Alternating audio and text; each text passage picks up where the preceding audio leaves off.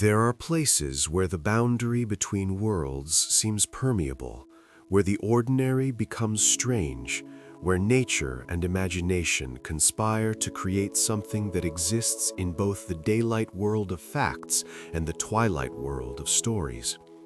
The Dark Hedges on a quiet road in County Antrim, Northern Ireland, is such a place. It is a tunnel of trees, an avenue of beech that arch overhead and intertwine, creating a cathedral of branches that transforms light into shadow and turns a simple country road into something out of legend. And along this road, according to generations of testimony, walks a figure in gray, a woman perhaps, or the memory of a woman, or something else entirely that has taken a woman's form. She is known as the Grey Lady, and she has become as much a part of the Dark Hedges as the trees themselves, woven into the story of the place so thoroughly that neither can be fully understood without the other. To drive or walk down Bregagh Road on an overcast day when the light is dim and the shadows deep is to enter a space that feels separate from the surrounding countryside, separate even from ordinary time. The trees lean in from both sides, their trunks massive and gnarled, their bark gray-brown and textured like ancient skin. The branches meet overhead, interweaving so completely that the sky is barely visible through the canopy, reduced to small patches of brightness that shift and change as the wind moves the leaves.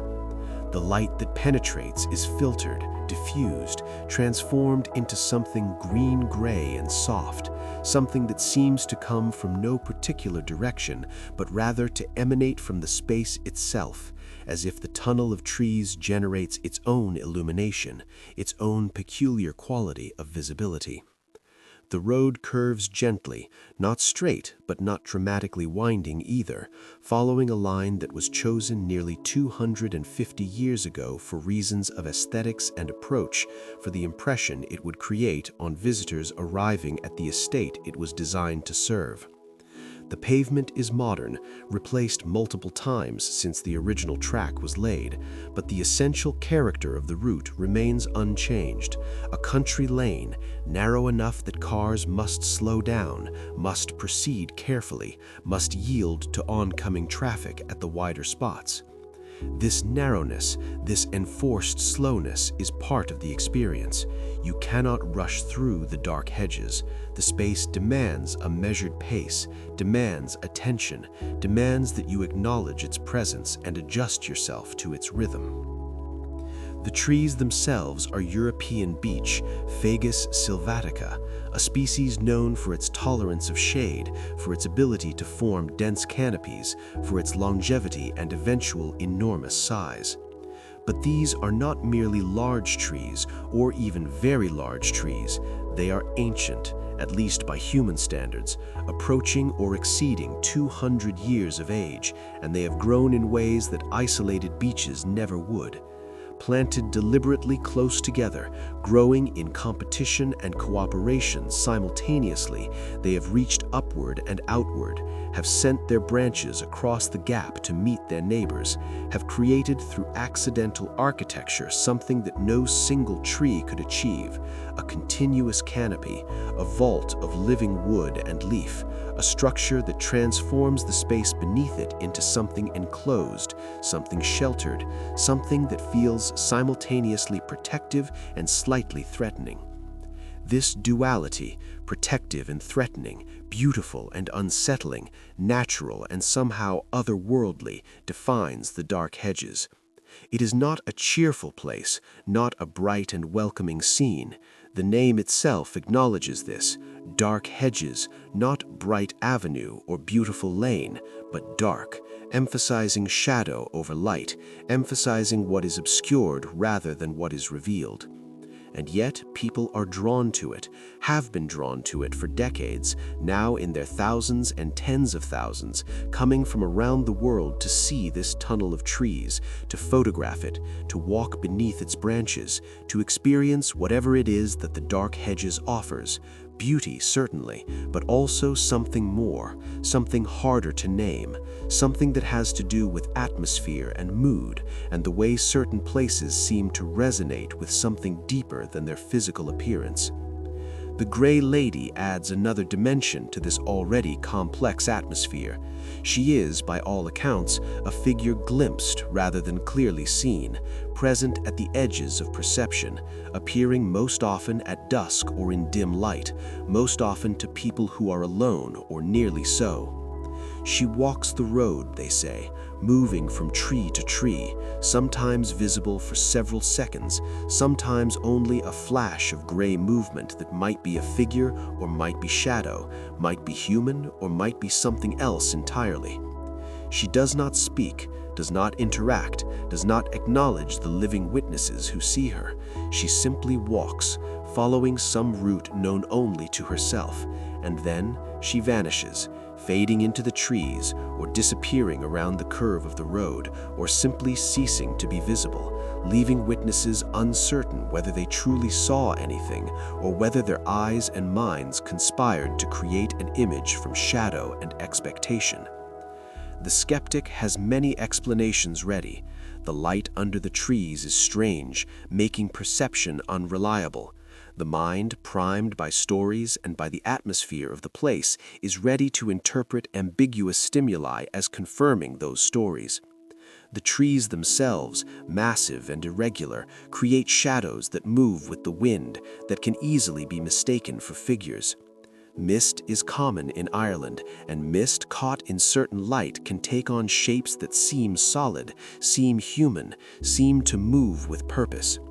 Memory is unreliable, and witnesses often refine their accounts over time, adding details, becoming more certain than they were initially, until what was a vague impression becomes a clear sighting, becomes proof of the supernatural. All of this is reasonable, all of this is possible, perhaps even probable. The Dark Hedges would be a natural place for such misperceptions, such confabulations.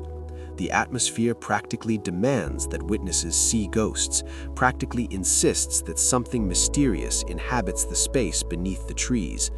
It would be strange if people did not report seeing figures, did not create stories, did not populate this liminal space with spirits and legends. The Grey Lady in this reading is an inevitable creation, a narrative that grew naturally from the conditions of the place, from the interplay of light and shadow and story and human psychology. And yet the accounts persist, are numerous, come from various witnesses who had no connection to each other, include people who had never heard of the Grey Lady before their encounter, include skeptics who did not believe in ghosts and still do not believe in ghosts, but who nevertheless saw something they cannot explain away entirely, something that remains in memory as genuine strangeness, as an experience that exceeded normal categories, as a moment when the ordinary world revealed itself to be perhaps less solid, less knowable, less completely understood than we prefer to believe. The Dark Hedges exists, then, in multiple registers simultaneously. It is a real place with a documented history, planted at a specific time for specific reasons, maintained and managed and now protected as a natural and cultural heritage site. It is a beautiful place, justly famous for its aesthetic qualities, for the way it transforms a simple country road into something approaching art, for the purely visual pleasure it offers to anyone with eyes to see. It is a haunted place, or at least a place said to be haunted, a place where stories of ghostly encounters have accumulated over time, where the Grey Lady has become an established part of local legend and now international awareness. And it is a symbolic place, representing something about the relationship between nature and culture, between past and present, between what we can measure and what we can only feel, between the world as it is and the world as we imagine it to be.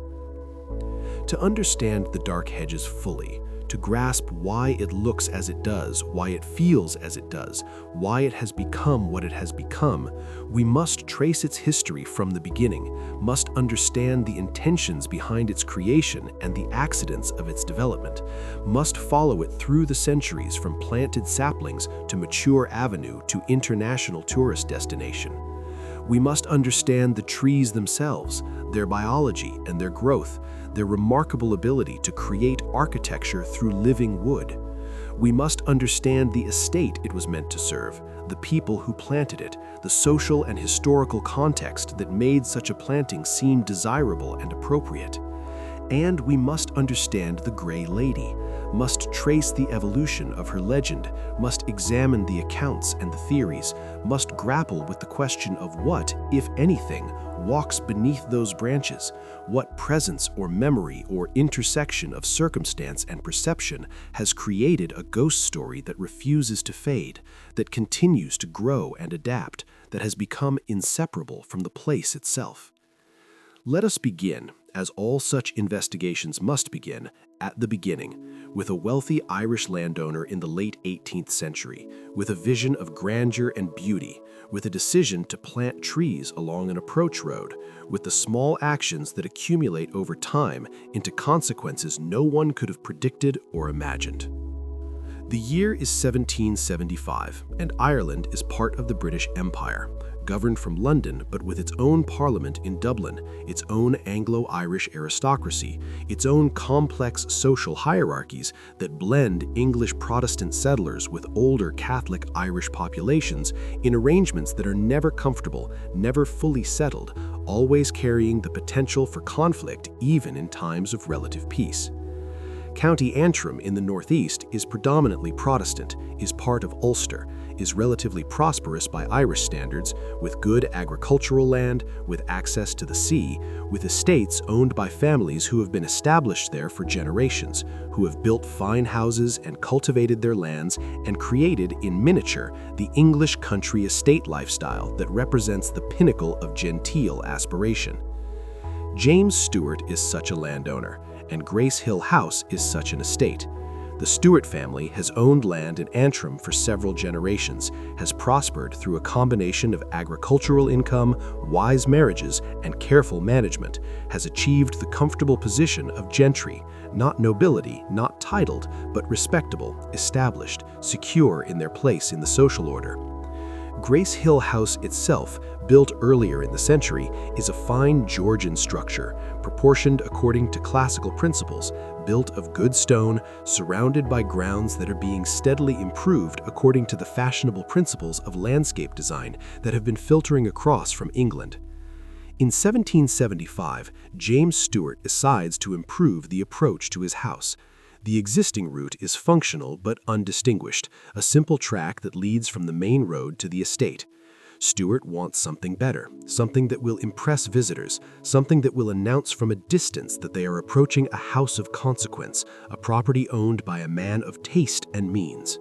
The solution, fashionable at the time, is to create a formal tree-lined avenue, to transform the approach into an aesthetic experience, to use living material, trees, to create architecture, to frame and direct and enhance the journey from public road to private estate.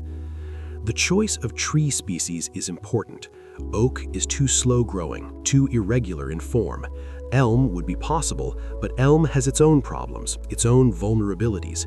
Beech, however, is ideal for this purpose. Beech trees grow reasonably quickly in youth, develop substantial trunks and branches within decades, create dense canopies that provide shade and definition, and crucially, they tolerate close planting, can grow in the relatively competitive conditions of an avenue without one tree dominating and suppressing the others. Beech trees also have an aesthetic quality that suits Georgian taste. Their bark is smooth and gray, their branches relatively straight in their lower reaches before spreading above, their leaves in spring a delicate translucent green, and in autumn a warm copper bronze that persists well into winter, creating seasonal interest throughout the year.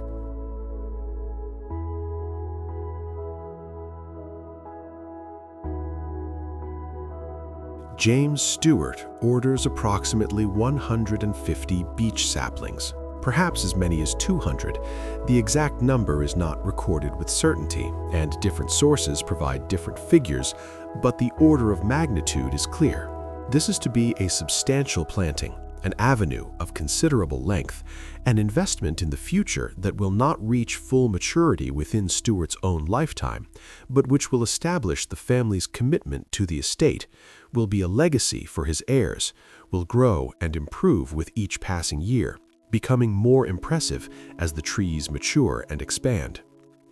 The planting is done, we may assume, with care, following the best horticultural practices of the time. The saplings are set in 2 rows, one on each side of the track, spaced perhaps 15 to 20 feet apart, close enough that their mature canopies will eventually meet overhead, but far enough apart that they have room to establish themselves initially without immediate competition. The spacing between the rows is determined by the width of the track, which is itself determined by the practical requirements of carriages, wide enough for a coach and 4 to pass comfortably, wide enough that the branches, when mature, will arch gracefully overhead without impeding passage, wide enough to feel generous rather than cramped, but not so wide that the trees lose their enclosing effect, not so wide that the avenue becomes merely 2 lines of trees beside a road rather than a tunnel, a space defined and shaped by the living architecture of branches. The young trees are planted in ground that has been prepared to receive them, in soil that is reasonably good. County Antrim has fertile farmland, and while beech trees are not particularly demanding, they benefit from decent conditions. They are staked, perhaps, to keep them straight as they establish themselves, to prevent wind damage, to encourage vertical growth. They are tended, watered in dry periods, protected from grazing animals that would damage young bark and foliage, watched over by the estate's gardeners and groundskeepers, who understand that these trees represent an investment, represent their employer's vision, represent work that must be done correctly if it is to succeed. And the trees, being healthy young specimens planted in favorable conditions with adequate care, do succeed. They establish their root systems, draw nutrients and water from the soil, extend their branches, add height and girth year by year. In the first decade, they grow from saplings perhaps 6 or 8 feet tall to young trees 15 or 20 feet in height, still slender, still far from their eventual massive girth, but showing promise, beginning to create some of the enclosing effect that Stuart envisioned. In the second decade, they grow taller still, their canopies beginning to touch and overlap, their trunks thickening noticeably, their root systems spreading beneath the surface, each tree establishing its claim to its portion of ground, beginning the slow competition for light and nutrients that will shape their ultimate forms. James Stuart, we may imagine, takes satisfaction in this growth, rides or walks beneath his developing avenue, notes the progress, compares the present state to his memory of the young saplings, projects forward to imagine what they will become in another decade, another generation. He knows he will not see them at full maturity. That is not the nature of tree planting, not the character of such long-term investments. You plant for your children or your grandchildren, not for yourself. The satisfaction comes not from enjoying the finished result, but from setting in motion something that will outlast you, from creating something that will improve with time rather than deteriorate, from working with living material on a timescale that exceeds human lifespan, that connects you to the future in a tangible, growing way. By the early 19th century, the trees have been growing for 3 or 4 decades. They are now mature specimens, substantial in size, their canopies meeting completely overhead, creating the tunnel effect that will become their defining characteristic. The road beneath them is shaded in summer, sheltered from rain, transformed from an ordinary track into something distinctive, something that announces the Stuart estate from a considerable distance, something that fulfills James Stuart's original vision and perhaps exceeds it, creates something more interesting and more beautiful than even he anticipated. Because the trees have not grown exactly as planned, have not developed with the regularity and uniformity that the original planting scheme envisioned. Trees are living things, not architectural elements, and they respond to their specific conditions, to the particular characteristics of soil and light and wind and competition in their location. Some trees have grown faster than others, have achieved greater height or girth, have dominated their neighbors. Some have developed unusual branch structures, growing in directions that are asymmetric, reaching across the road at unexpected angles, creating irregularity where regularity might have been intended. Some have suffered damage from storms, from disease, from accidents, and have responded by growing in compensatory patterns, sending out new branches to replace damaged ones, healing wounds in ways that leave the bark gnarled and textured, creating character and individuality where sameness might have been the goal. The result, by the middle of the 19th century, is an avenue that is not formal and regular in the classical sense, not a strict geometric pattern of identical trees evenly spaced, but rather something more organic, more complex, more interesting precisely because of its irregularities. The tunnel of branches overhead is not symmetrical but winding, not uniform but varied, not predictable but full of surprises. Here the canopy is thick and dark. There, a gap allows light to penetrate. Here, two branches have grown together and fused. There, a trunk leans at an unexpected angle, supported by its neighbors, creating the impression of trees leaning on each other, supporting each other, forming a community of individuals that is stronger together than any single tree could be alone. This organic quality, this sense of natural development rather than imposed order, is what will ultimately make the Dark Hedges famous, what will attract artists and photographers and eventually millions of tourists. A formal avenue of identical trees, however impressive, remains obviously artificial, remains clearly the work of human design. But the Dark Hedges, through decades and eventually centuries of growth, has achieved something different. It appears natural while clearly being planted, appears wild while clearly being cultivated, occupies a space between the purely natural and the purely artificial that is more interesting than either extreme. It is designed wilderness, cultivated mystery, planned accident. It is what happens when human intention sets something in motion and then allows time and nature to elaborate on that intention, to take it in directions that could not have been predicted, to create something that is both more and different than what was originally planned.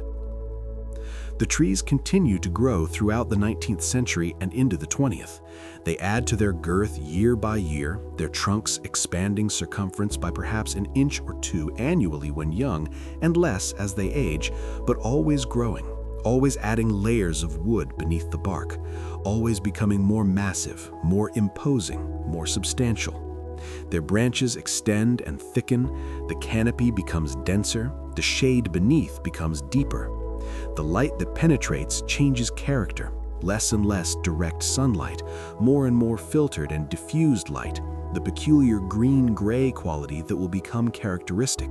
that will make the space beneath the trees feel separate from the surrounding landscape, feel like a different realm, a place apart. And it is during this period of maturation, during the 19th century, when the trees are transitioning from merely large to truly massive, from impressive to extraordinary, that the stories begin to accumulate, that the Grey Lady enters the narrative, that the Dark Hedges becomes not just a beautiful avenue, but a haunted one, not just a landmark, but a legend. The origins of the Grey Lady story are, like most ghost stories, obscure and contested. There is no single documented moment when the haunting began, no clear first sighting, no recorded date when someone said, "I have seen a ghost on Bregagh Road," and initiated a tradition that would continue for generations. Instead, the story seems to emerge gradually from local consciousness, to be present at some point without anyone being able to say precisely when it started, to be part of the collective knowledge of the area without having a clear beginning. What we have instead are fragments, suggestions, multiple origin theories that may all be partially true or may all be elaborations on something simpler, something lost to time. One version says that the Grey Lady was a maid who worked at Gracehill House in the 18th or 19th century, that she died in unclear circumstances, perhaps murdered, perhaps a suicide, perhaps simply an accident or illness that seemed suspicious enough to generate stories. Another version says she was a member of the Stuart family itself, perhaps a daughter who died young, perhaps a wife who died in childbirth, perhaps an elderly matron who loved the estate and chose to remain after death rather than departing to whatever lies beyond. Yet another version, more romantic and more dramatic, says she was a bride who died on her wedding day, who walks the avenue in her gray wedding dress, still seeking the happiness that was denied her in life. These versions are not mutually exclusive. They may all represent different streams of storytelling, different attempts to explain the same phenomenon, different narratives that attach themselves to the figure over time. Or they may represent different entities, different spirits said to haunt the same location that eventually merged into a single figure, a single story that absorbed the various tales and became the dominant narrative. This process of narrative consolidation is common in folklore, where multiple local stories tend to combine and simplify over time, where the most compelling or most frequently repeated version eventually becomes the story, even if older versions remain in circulation among those who remember them. What is more consistent across accounts than the origin story is the description of the figure itself and the circumstances of sightings. The Grey Lady, as her name suggests, is dressed in gray, sometimes described as a gray dress, sometimes as a gray cloak or shawl, sometimes simply as a gray figure whose specific garments are difficult to distinguish. She is most often seen at dusk, in the transitional time between day and night, when light is dim but not yet absent, when shadows are long and deep but visibility has not entirely failed. She is seen walking, moving with purpose along the road or between the trees, following some route that may be meaningful to her but which is not obvious to witnesses. She does not interact with the living, does not speak or gesture or acknowledge those who see her, does not change her behavior based on whether she is observed. She simply walks, and then she vanishes, either fading gradually from visibility, becoming more transparent until she disappears entirely, or simply ceasing to be present, gone between one glance and the next without apparent transition. The witnesses vary in their certainty and in their reactions. Some are absolute in their conviction that they have seen something supernatural, something that cannot be explained by normal means, and their lives are often changed by the experience, not dramatically, but subtly, in ways that reflect a shift in worldview and opening to possibilities they had previously dismissed or ignored. Others are uncertain, questioning their own perception, wondering if they really saw what they think they saw, if their eyes played tricks, if the strange light beneath the trees created an illusion. Still others offer naturalistic explanations, even while describing experiences that seem to exceed those explanations. It was probably just mist, they say, or shadow, or another person on the road whom they glimpsed briefly and misidentified, though the way they describe these prosaic explanations often carries an undercurrent of doubt, a sense that they are saying what they feel they ought to say, rather than what they truly believe. What is striking about the accounts is their consistency over time. The Grey Lady of 1890 is recognizably the same figure as the Grey Lady of 1950 or 2010, despite the witnesses being separated by decades or more than a century, despite having no connection to each other, despite differences in education and belief and cultural context. This consistency could be evidence of a genuine phenomenon, of something real that manifests similarly across time. Or it could be evidence of how well established the story has become, of how completely it has saturated the local culture, so that anyone who has a strange experience beneath the trees inevitably interprets it through the lens of the Grey Lady narrative, shapes their perception and memory to fit the established pattern, even if their actual experience was more ambiguous or more varied than the standard account. The Grey Lady walks. That is the essential element, the core of all the stories. Whatever else varies, whatever differences exist in the details, this remains constant. She is a figure in motion. She is traveling along the road or among the trees. She is going somewhere or coming from somewhere, or perhaps simply traveling for the sake of travel, caught in some loop of action that repeats without end, without purpose beyond the repetition itself. This emphasis on walking, on movement is significant. Many ghost stories feature static apparitions, figures that appear in particular locations, that are seen but do not move, that manifest as presence rather than as action. But the Grey Lady is different. She is active rather than passive, mobile rather than fixed, engaged in behavior rather than simply existing. She is not haunting a room or a building, she is haunting a route, a path, a journey. This makes a certain sense given the nature of the location. The Dark Hedges is not a building but a road, not an enclosed space but a linear route, not a place where people remain but a place they pass through. A static ghost would be less appropriate here, would be out of character with the space. A walking ghost, a traveling ghost, fits the context, embodies the nature of the location, is as mobile as the place itself is mobile, as transitory as the experience of driving or walking through the tunnel of trees inevitably is.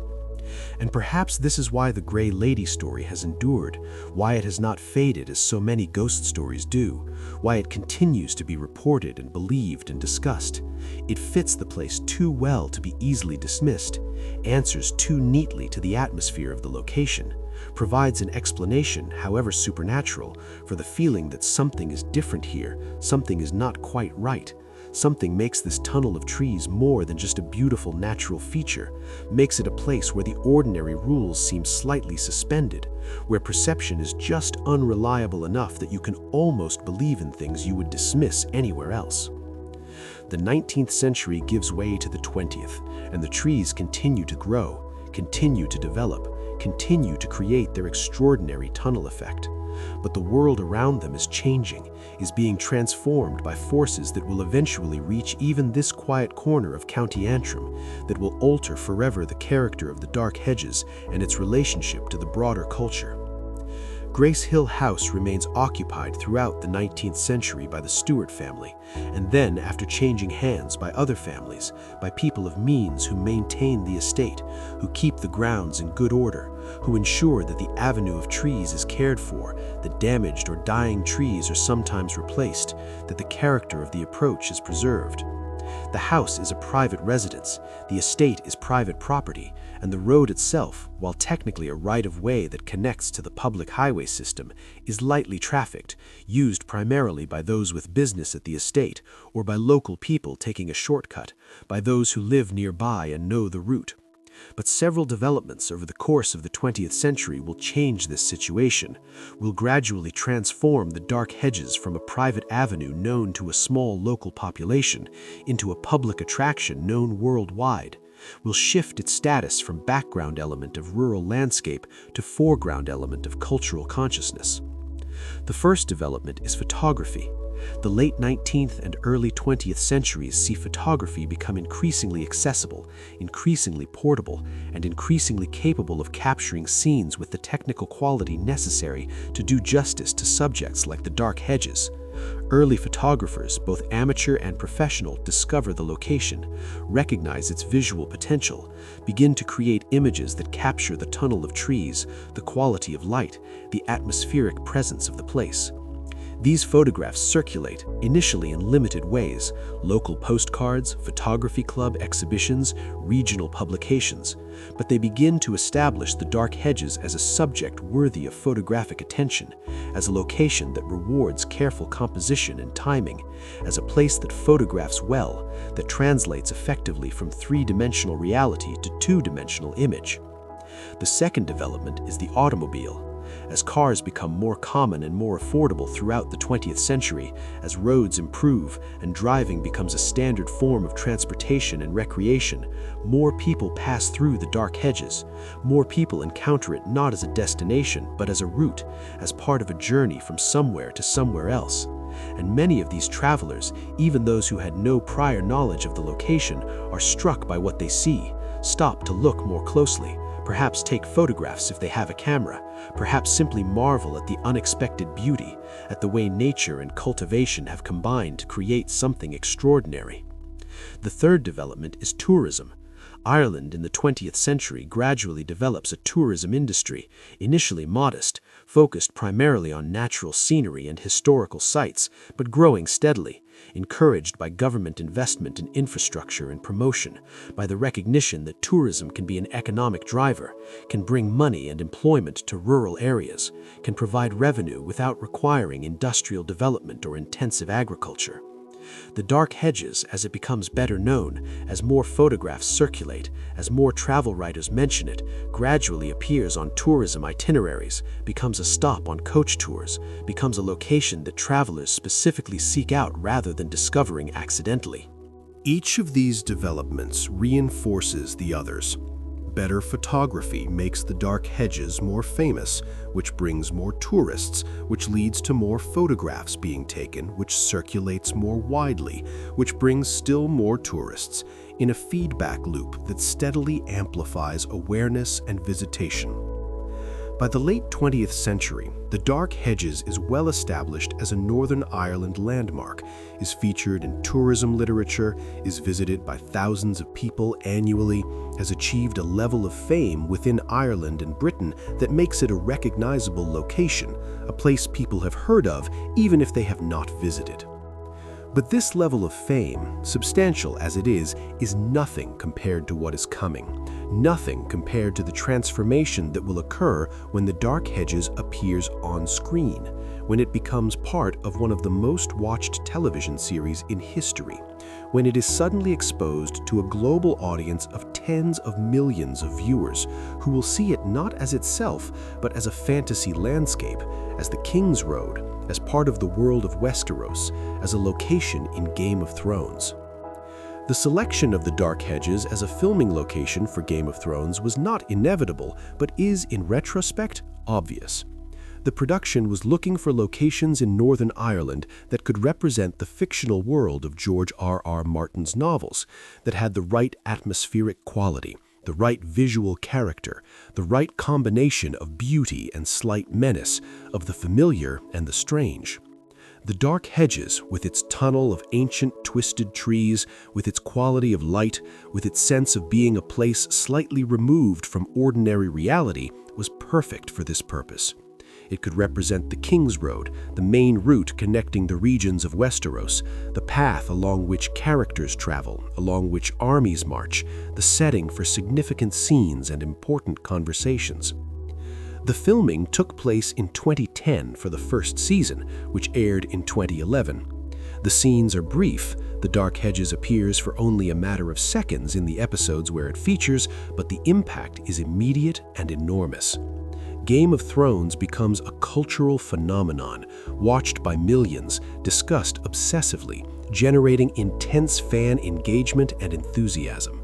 And the locations where it was filmed, including the Dark Hedges, become sites of pilgrimage for fans, become tourist destinations of a different order than they had been previously, become places that people travel specifically to see, not because of their inherent interest, but because of their association with the show. Because standing where the characters stood, seeing what the camera saw, creates a connection to the fictional world, makes that world feel more real, and allows fans to inhabit it physically even though it exists only in narrative.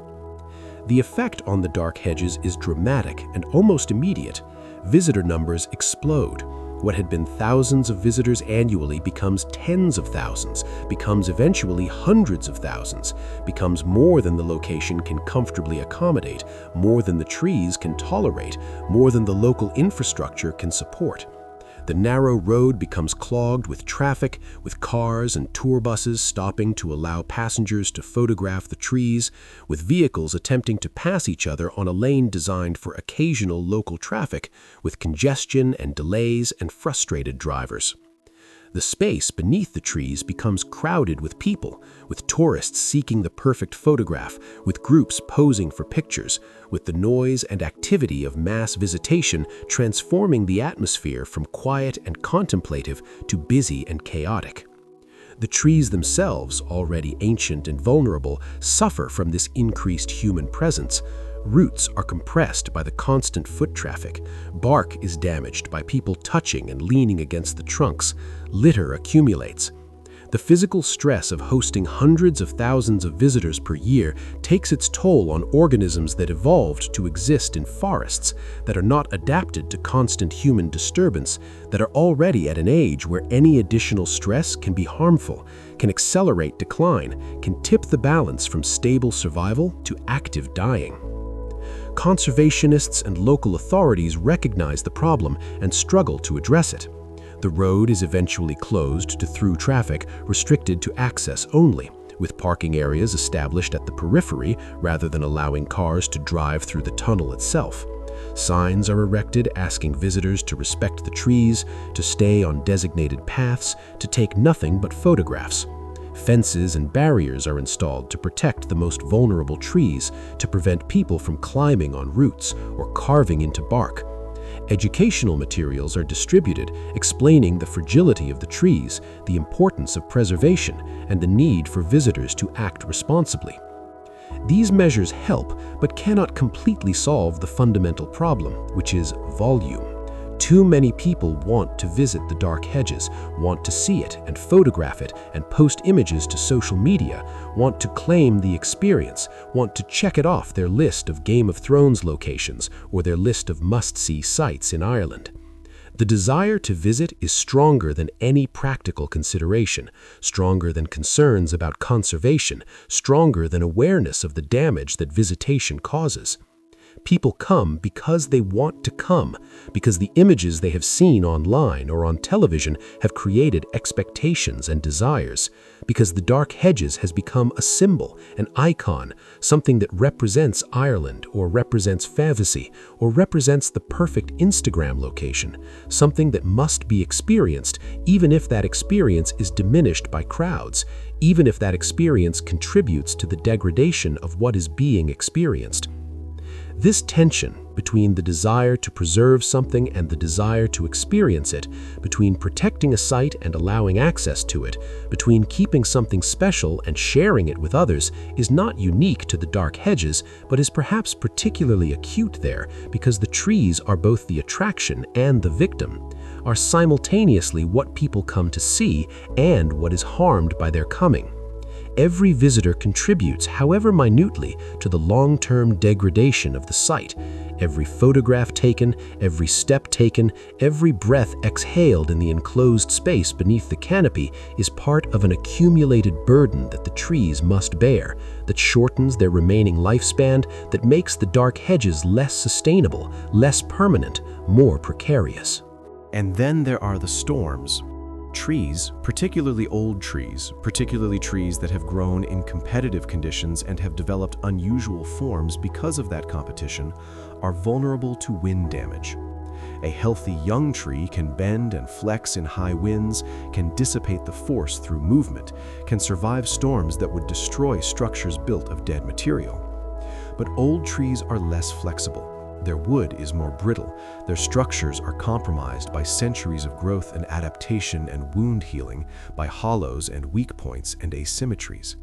They can stand for decades or centuries without apparent problems, weathering normal weather without difficulty. But when an exceptional storm arrives, when wind speeds exceed what the trees have previously encountered, or when the wind comes from an unusual direction, or when rain-saturated ground reduces the holding power of roots, even ancient trees can fall, can come down suddenly and dramatically, ending in minutes or hours lives that have spanned centuries.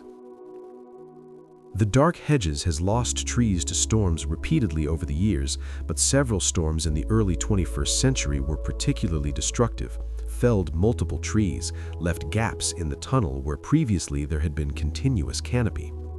Each loss diminishes the effect, reduces the enclosing sensation, lets in more light and makes the remaining trees seem more isolated, more vulnerable, more clearly mortal. After each storm, there is discussion of whether to replant, whether young trees should be installed to fill the gaps, whether the avenue can be maintained or whether it should be allowed to decline gracefully, to become eventually a row of trees rather than a tunnel, a historical artifact rather than a living landscape feature.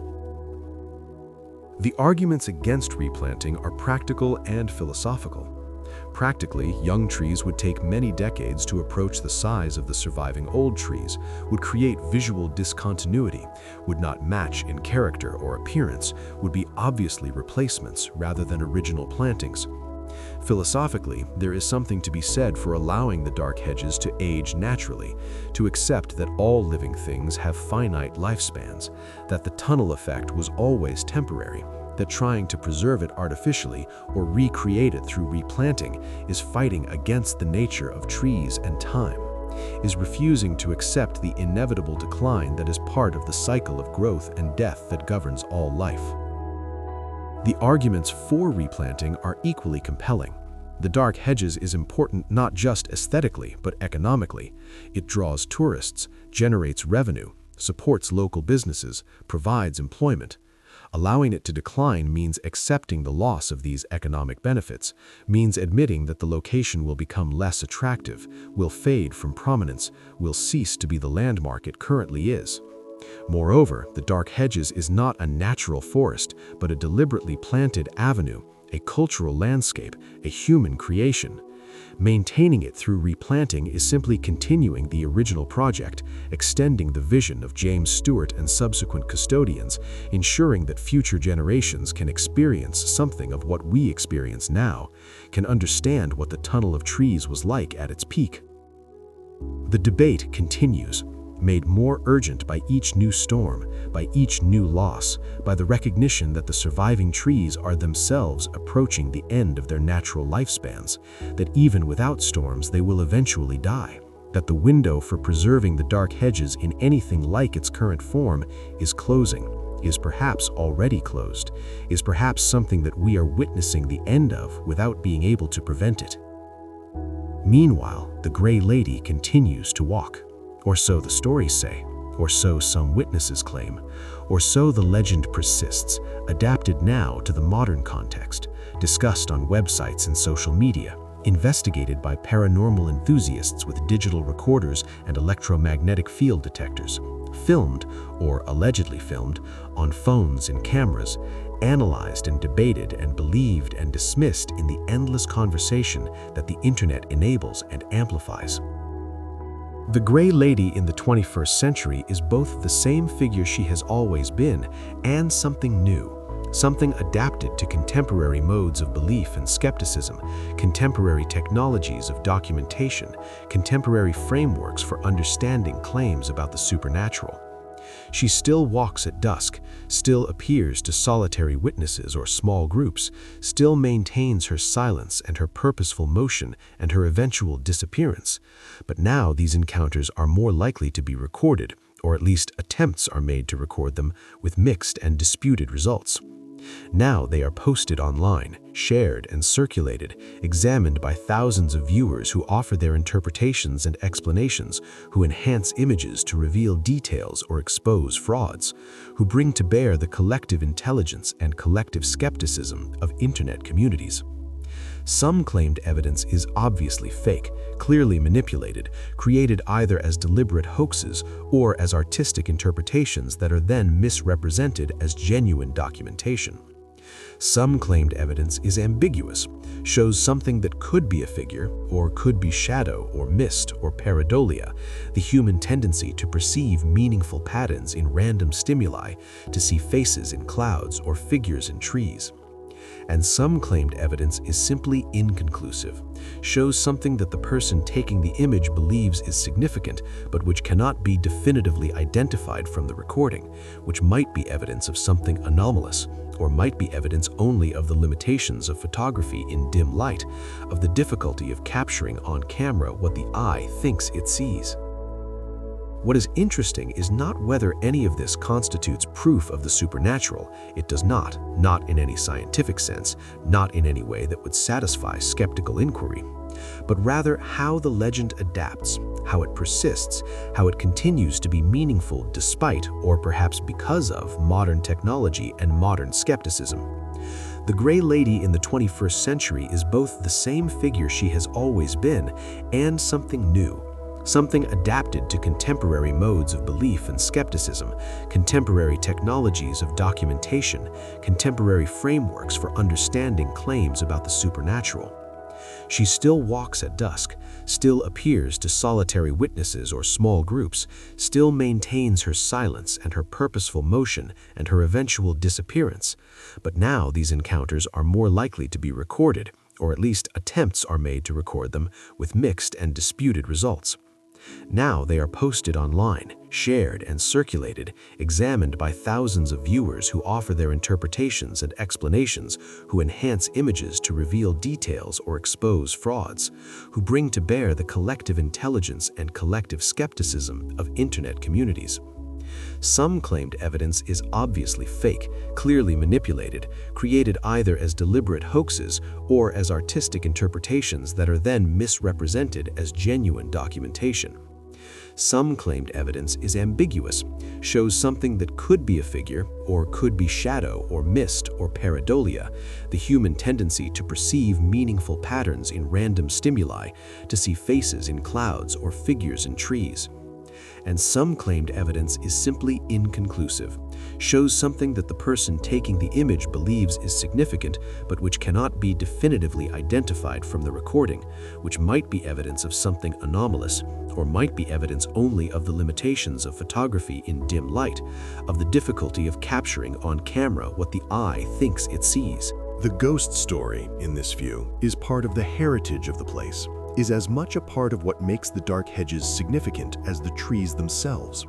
is something worth preserving and maintaining, not because it is factually true, but because it is culturally valuable, because it connects present to past, because it provides a way of understanding the location that goes beyond the purely material or purely aesthetic, because it acknowledges that places can have atmosphere and presence that exceeds what can be measured or photographed, that speaks to something in human perception and imagination that is real even if what inspires it is not. Photography has a complicated relationship with the Dark Hedges, is both the medium that made it famous and the practice that threatens to overwhelm it, is both documentation and experience, both preservation and exploitation. The Dark Hedges is enormously photogenic, offers compositional opportunities that appeal to photographers of all skill levels, from casual smartphone users to serious professionals with advanced equipment and sophisticated techniques. The tunnel perspective provides natural leading lines that draw the eye through the image. The interweaving branches create complex patterns and textures that reward close examination. The quality of light, particularly in early morning or late evening, particularly when mist is present, creates atmospheric effects that are challenging to capture well, but spectacular when successfully rendered. For photographers, the Dark Hedges presents specific technical challenges and opportunities. The range of light, from the bright patches where sky is visible through the canopy to the deep shadows where the sun never penetrates, exceeds the dynamic range of most cameras, requires decisions about exposure that will inevitably sacrifice detail in either highlights or shadows, requires compromises, or requires advanced techniques like HDR, high dynamic range imaging, that combines multiple exposures to capture the full range of tones. The trees themselves are difficult subjects, their forms so complex and so irregular that composition becomes a matter of choosing what to emphasize and what to minimize, where to place the frame to capture the character of the place without either oversimplifying or overwhelming with detail. The best photographs of the Dark Hedges manage to capture something of its atmosphere, something of the way it feels to be there, not just what it looks like, but what it is. The quality of the light and the sense of enclosure and the slight uneasiness that accompanies beauty in this particular place. These photographs work as art as well as documentation, communicate something beyond mere information, evoke response in viewers who have never visited the Dark Hedges but who recognize in the images something that speaks to them, something about the relationship between nature and time, about beauty and decay, about the way certain places seem to exist slightly apart from ordinary reality. But photography also contributes to the problems facing the Dark Hedges, because the desire to photograph the location is one of the primary motivations for visiting, is what draws people in such numbers that the trees cannot sustain the impact. Social media, particularly Instagram, has created what might be called photographic pilgrimage, where people travel to locations primarily or exclusively to photograph them, to create images that can be shared online, that will generate likes and comments and followers, that serve as currency in an attention economy where visibility and engagement are valued above nearly everything else. The Dark Hedges is perfect for this purpose, is instantly recognizable, is visually striking, is the kind of location that will perform well on social media, that will make the person who posts images of it seem interesting and well-traveled and aesthetically sophisticated. This creates a feedback loop, where more images lead to more visitors lead to more images, where the Dark Hedges becomes more famous precisely because it is famous, where its visibility creates demand for more visibility. And this loop is difficult to interrupt, difficult to slow down, because it operates according to its own logic, according to the dynamics of attention and desire that characterize contemporary culture, that make certain locations into icons, into must-see destinations, into items on bucket lists that must be checked off, regardless of the impact that checking them off might have.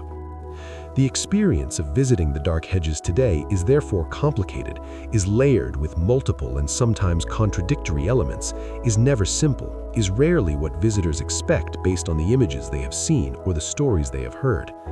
On a busy day, during peak tourist season, during daylight hours when most visitors come, the Dark Hedges can be crowded and noisy, can feel more like a theme park than a mysterious haunted avenue, can be so thoroughly documented by dozens or hundreds of cameras that the act of being there becomes secondary to the act of recording having been there, becomes material for future posts and shares rather than an experience valued in itself.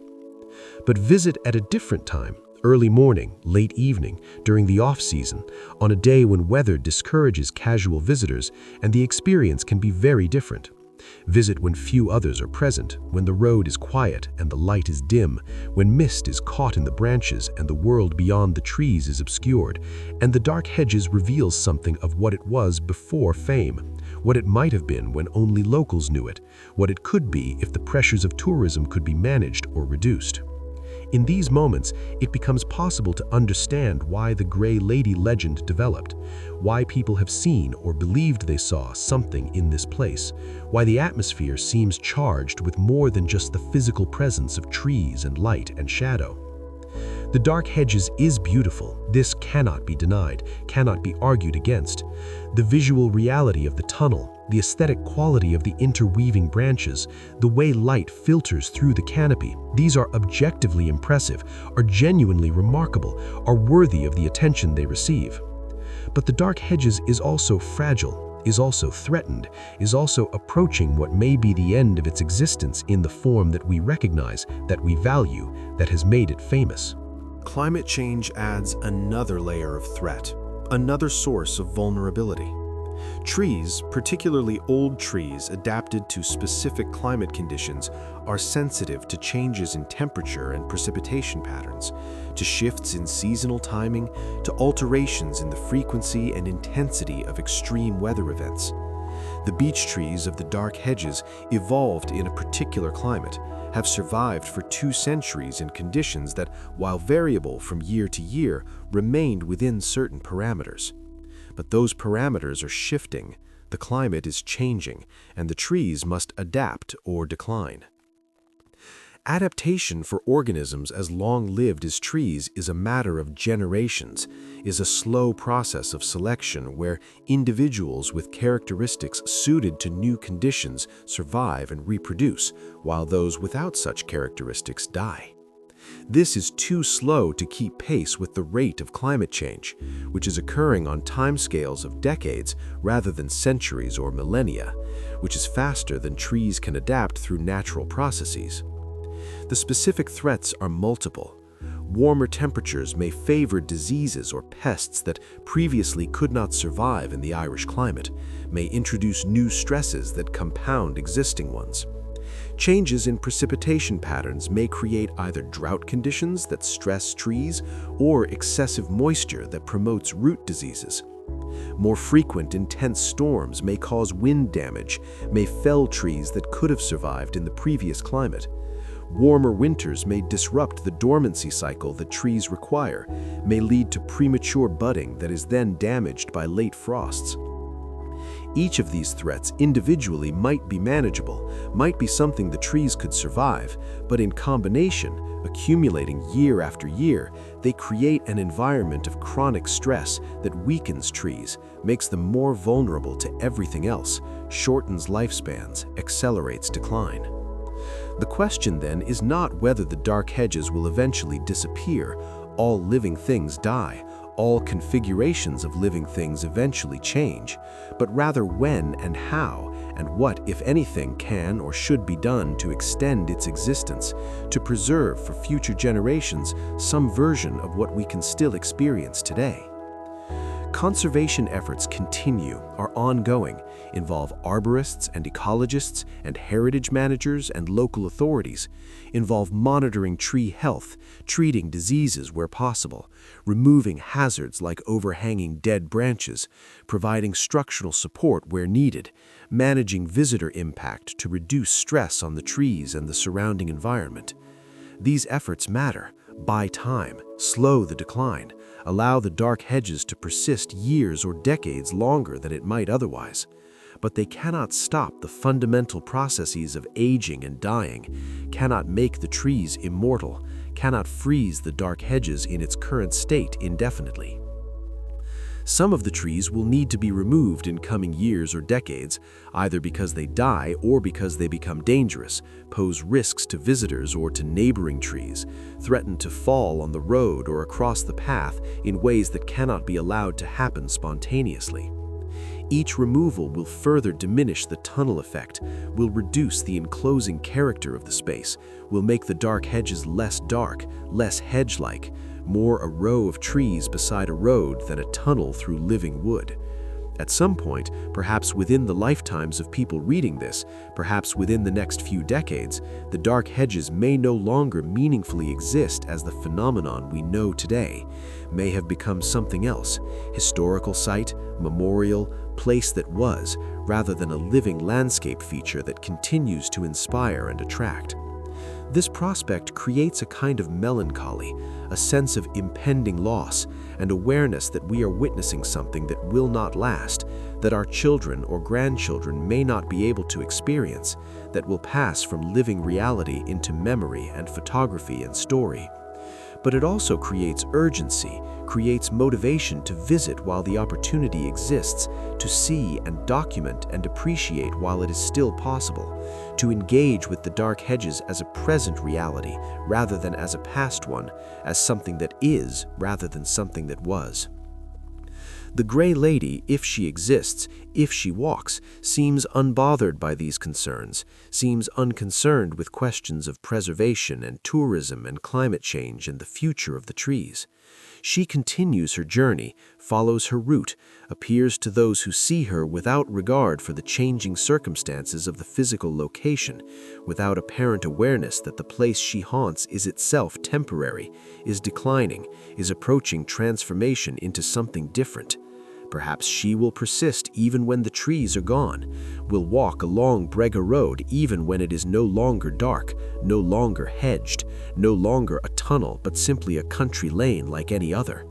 Or perhaps she is bound to the trees, is a function of their presence, will fade as they fade, will cease to walk when the last of the original planting finally falls. These questions cannot be answered, at least not yet, not until events unfold, not until we see what happens as the dark hedges continues its decline.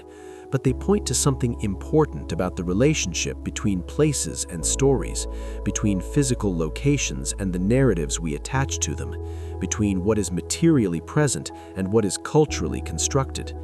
The Grey Lady is inseparable from the dark hedges in our understanding and experience of the place, is part of what makes it significant, is woven into its identity. But the Grey Lady, being a story rather than a physical entity, has a different relationship to time and change than the trees do, can potentially outlast the very place that gave birth to her, can continue to exist in memory and in telling long after the physical conditions that inspired her have ceased to exist. This is both the fragility and the resilience of immaterial heritage, of stories and legends and cultural memory. They are fragile because they depend on transmission, on people caring enough to remember and retell, on each generation passing them to the next, on continuity of culture and attention. They are resilient because they are not bound to physical locations, can adapt to changing circumstances, can be reinterpreted and reimagined, can survive the loss of the places that inspired them, can continue to carry meaning even when the original context has changed beyond recognition. The Dark Hedges, then, will have multiple afterlives, multiple forms of continued existence even after the trees themselves are gone. It will exist in photographs, in the thousands upon thousands of images taken over decades, documenting every season and every weather condition and every angle, creating a visual archive that is probably more comprehensive than for almost any other landscape feature of comparable size. It will exist in film and television, not just in Game of Thrones, but in whatever other productions use its image, quote its appearance, reference its atmosphere. It will exist in writing, in travel accounts and ghost stories and analytical essays, and probably in fiction, in novels and poems and scripts that use the Dark Hedges as setting or inspiration. And it will exist in memory, in the recollections of everyone who visited, who walked beneath the branches, who felt the peculiar atmosphere of the place, who saw or imagined they saw the Grey Lady, who carried away an experience that shaped, however slightly, how they understand the world and their place in it. These various forms of continued existence are not equivalent to the physical reality of the trees, are not substitutes for the actual experience of being there, but they are not nothing either, are not insignificant, are not merely shadows of the real thing. They are the cultural life of the Dark Hedges, the way it exists beyond its physical boundaries, the way it influences and inspires and means something to people who have never been there and never will be, who know it only through representations and stories, who engage with it not as place, but as idea, as symbol, as something that stands for more than itself. What does the Dark Hedges stand for? What does it symbolize? What larger meanings has it accumulated beyond being simply an avenue of beech trees on a road in County Antrim? Different people would answer this question differently, would attach different significances, would see in the Dark Hedges reflections of their own concerns and values and ways of understanding. For some, it represents the beauty that nature can create when working in partnership with human intention, the way cultivation and wildness can combine into something neither could achieve alone. For others, it represents mortality,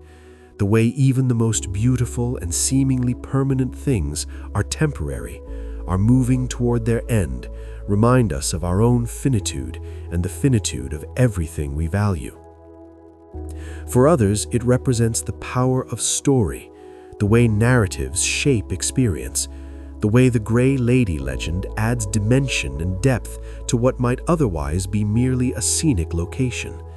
For others, it represents the challenges of preservation in the modern world, the difficulty of protecting fragile heritage from the pressures of tourism and climate change and simply time. All of these interpretations have validity. All of them reflect something real about the Dark Hedges and about our relationship to it. The place is large enough, complex enough, rich enough to support multiple meanings simultaneously, to be different things to different people, to offer various points of entry and various modes of engagement. This multiplicity of meaning is part of what makes the Dark Hedges culturally significant, what elevates it beyond mere scenic attraction to something that repays attention and thought, that continues to be interesting even after the initial visual impact has faded, that remains in mind and imagination long after the visit has ended. As I write this, as you read this, the Dark Hedges continues to exist, continues to stand, continues to draw visitors from around the world who want to see and photograph and experience it. The trees are still there, still creating their tunnel effect, still catching light and casting shadow in that particular way that makes the place unmistakable. The Grey Lady, if she exists, still walks, still appears to those fortunate or unfortunate enough to see her, still maintains her silence and her mystery. The road still curves gently through the tunnel, still requires careful driving, still creates that sense of passing from one realm into another, from ordinary countryside into something slightly strange, slightly otherworldly, slightly charged with significance. But this present tense is already becoming past tense, is already shifting into memory, is already part of a historical process that will eventually transform the Dark Hedges into something different from what it is now. We are witnessing its peak and its decline simultaneously, living in the brief window when it is famous enough to be known worldwide, but still intact enough to deliver on what the fame promises, still capable of inspiring the awe and wonder that brought people here in the first place. This window will not remain open indefinitely. It is already closing, already narrowing, already moving toward a time when the Dark Hedges will be something we remember rather than something we experience, something we tell stories about rather than something we visit. And when that time comes, when the last of the original trees has fallen and the tunnel effect is permanently lost, when the Dark Hedges exists only in photographs and memories and stories,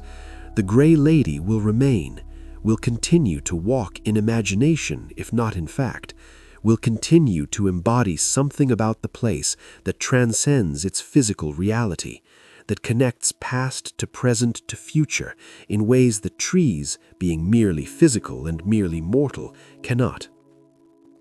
She will walk the road that was once dark and hedged, will move between trees that are no longer there, will appear to witnesses who exist only in stories about stories, in memories passed down and embellished and adapted across generations until no one remembers quite where the story began or what parts of it might be true. And this, perhaps, is her purpose, her function, her reason for existing in the collective consciousness of those who know the Dark Hedges. She is the continuity, the thread that connects the present to the past and both to the future, the element of the Dark Hedges that can survive the loss of the trees because she was never entirely bound to them, was always partly independent, was always as much about the human need for mystery and meaning as about any particular physical location. She is what remains when everything else fades, the ghost not just of a person, but of a place, the spirit of the Dark Hedges that will haunt even its own absence, that will ensure that this place, this tunnel of trees, this convergence of beauty and strangeness and time is not forgotten even when it can no longer be directly experienced. The sun sets over County Antrim, as it has set countless times before, casting long shadows through the branches of the Dark Hedges, turning the tunnel dark indeed, darker than it is at any other time, darker even than night, because the trees block what little light remains in the western sky, create a space of premature darkness, of shadows so deep it becomes almost tangible, almost a presence in itself.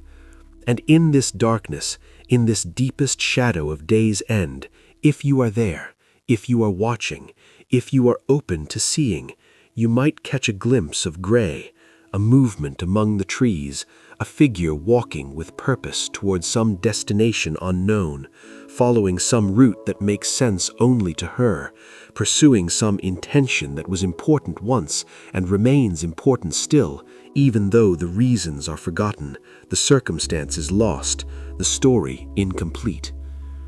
Or you might see nothing, might experience only the beauty of the trees and the fading light, might understand the Grey Lady as nothing more than legend, as story without substance, as the kind of tale that grows around certain places because those places demand it, because human imagination cannot resist populating mysterious locations with mysterious beings, because we need there to be more to the world than what we can measure and explain and understand. Either way, whether the Grey Lady walks in fact or only in story, whether she is entity or idea, whether what witnesses see is real or imagined, she has become inseparable from the Dark Hedges, has become part of what the place means, part of why it matters, part of the heritage that will survive even when the trees cannot. She is the dark to go with the hedges, the mystery to complement the beauty, the story that makes the place more than itself, that transforms a planted avenue into a legend, that ensures that these trees, this road, this tunnel through time and shadow will be remembered long after the last branch has fallen and the last photograph has been taken and the last visitor has walked away. The Dark Hedges stands between past and future, between nature and culture, between what is and what is imagined, between the provable and the possible. It is trees and story, beauty and decline, presence and absence, reality and legend.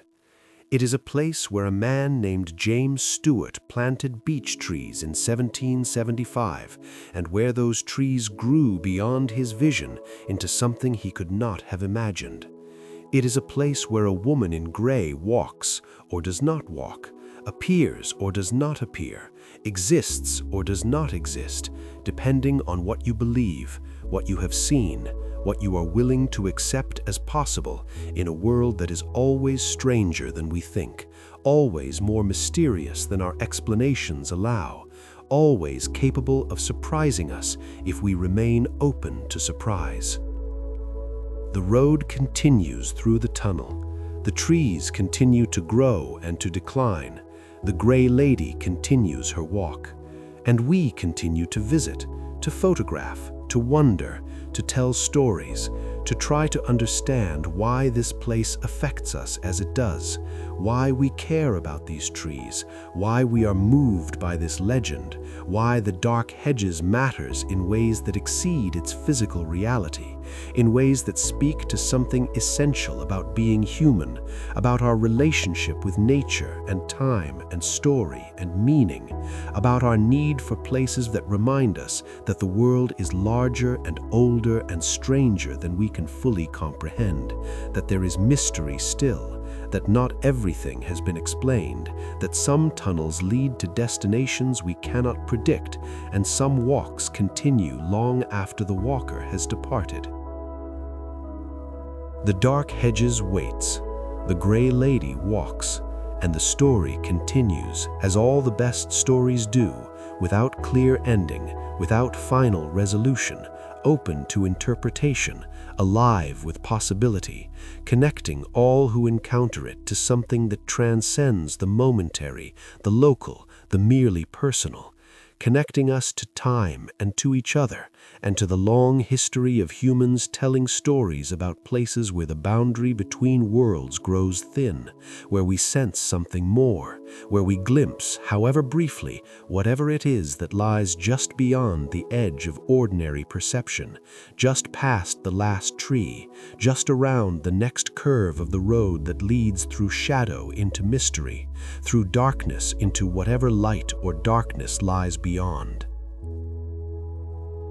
The wind moves through the branches, as wind always does, as wind has done since the trees first grew tall enough to catch it, since the canopy first closed overhead and created the conditions for wind to move differently here than in open country, to spiral and eddy, to be channeled and focused, to create its own particular sounds as it passes through this particular configuration of branch and leaf and trunk. These sounds change with the seasons, the whisper of spring leaves, still tender and pliable, the fuller rustling of summer foliage, dense and heavy, the dry rattle of autumn leaves clinging stubbornly to branches, the stark creaking of winter wood, bare branches grinding against each other, speaking in the voice that only dead wood can make, though the trees themselves remain living, remain capable of returning green when warmth returns, remain participants in the ancient cycle that governs all vegetation, that connects the dark hedges to every other forest and avenue and stand of trees that has ever existed or ever will. This connection to larger patterns, to universal processes, is worth contemplating. The Dark Hedges is unique, is singular, is unlike any other place in its specific combination of characteristics and history and significance, but it is also part of larger categories, is an example of broader phenomena, participates in dynamics that operate at scales far beyond this particular road in this particular county. It is an avenue of planted trees, one among many created across Europe and beyond during the 18th and 19th centuries, part of a fashion for landscape improvement that left its mark on the countryside in forms that persist centuries after the fashion itself faded. It is a community of aging trees, one among millions worldwide, facing the same challenges of climate change and disease and simply time that affect all old trees everywhere, that make the management and preservation of ancient specimens a global concern, a shared challenge across cultures and continents. The Dark Hedges is a tourist destination, one among thousands that struggle with the same tensions between access and preservation, between the economic benefits of visitation and the environmental costs, between the desire to share beauty with others and the recognition that sharing can destroy what is shared. It is a haunted place, or a place said to be haunted, one among countless locations worldwide that carry ghost stories, that are woven into narratives about spirits and the boundaries between life and death, that serve similar cultural functions in providing space for mystery, for the unexplained, for the acknowledgement that human knowledge and human understanding have limits, that there may be more to existence than what science and reason can accommodate. Understanding the Dark Hedges within these larger contexts does not diminish its particularity, does not reduce it to mere example, does not deny its unique qualities or its specific significance. Rather, it enriches understanding, connects the local to the universal, allows us to see how this particular place participates in broader patterns while remaining irreducibly itself, how it is both unique and representative, both singular and typical, both special and part of something larger than itself. This tension between the particular and the universal is characteristic of all meaningful places, all locations that carry cultural weight and emotional significance. They are themselves. No other place is quite like them. No other place can substitute for them. But they are also more than themselves, are instances of categories, are examples that illuminate broader truths, are particulars that point toward universals. The Dark Hedges teaches us about this specific avenue of beech trees and about tree avenues in general, about this specific ghost and about ghost stories in general, about this specific tourist site and about tourism in general. Both levels of understanding are necessary for a complete grasp of what the place is and what it means, why it matters, and to whom and in what ways. The photographs continue to circulate, continue to be taken and shared, continue to introduce new audiences to the Dark Hedges, continue to shape expectations about what the place looks like and what experiencing it will be like. These photographs are themselves interesting artifacts, are worth examining not just for what they show, but for how they show it, for what choices photographers make, what they emphasize and what they minimize, what story they tell about the Dark Hedges through their compositional decisions and their technical choices and their aesthetic sensibilities. Many photographs emphasize the tunnel effect, use wide-angle lenses and central positioning to show the vanishing point perspective, to draw the eye down the length of the road through the archway of branches toward the light at the far end. This is an obvious choice, perhaps the obvious choice, the composition that most clearly captures what is distinctive about the location, that communicates immediately why the Dark Hedges is remarkable. But it is also a choice that somewhat simplifies the place, that reduces its complexity to a single striking visual effect, that may create expectations that the tunnel is more uniform, more continuous, more completely enclosed than it actually is, especially now, after storm damage and tree loss have opened gaps in the canopy. Other photographs focus on details, the texture of bark, the pattern of branches against sky, the play of light through leaves, the individual character of particular trees.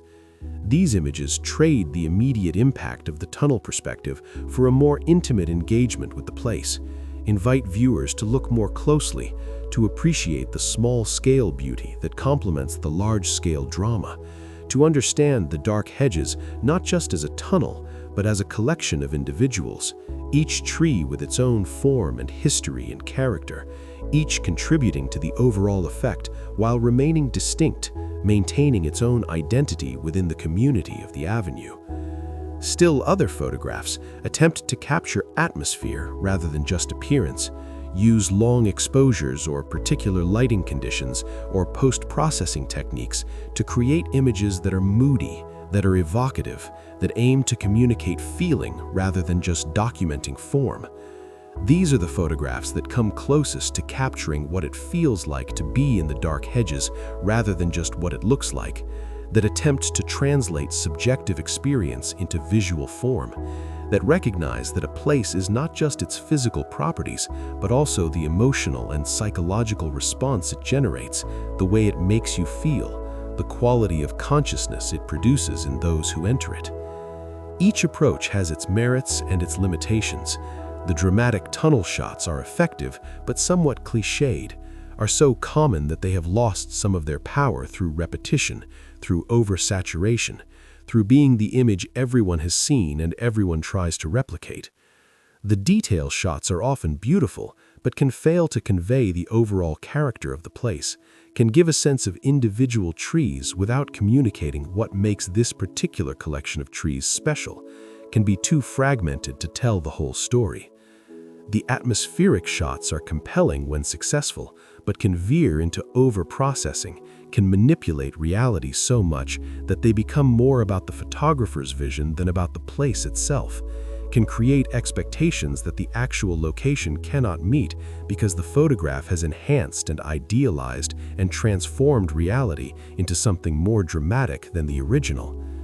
The ideal photograph of the Dark Hedges, if such a thing exists, would somehow combine all these approaches, would show both the overall structure and the individual details, would capture both the physical appearance and the emotional atmosphere, would be true to what is actually there while also communicating what it feels like to experience it, would balance documentary accuracy with aesthetic impact, would be both informative and moving, both honest and artful. Such photographs are rare but not impossible, require skill and luck and patience, require being in the right place at the right time with the right equipment and the right vision, require both technical mastery and aesthetic sensitivity, require understanding the place deeply enough to know what is essential about it, what must be preserved in the image, what cannot be lost without losing the truth of the place.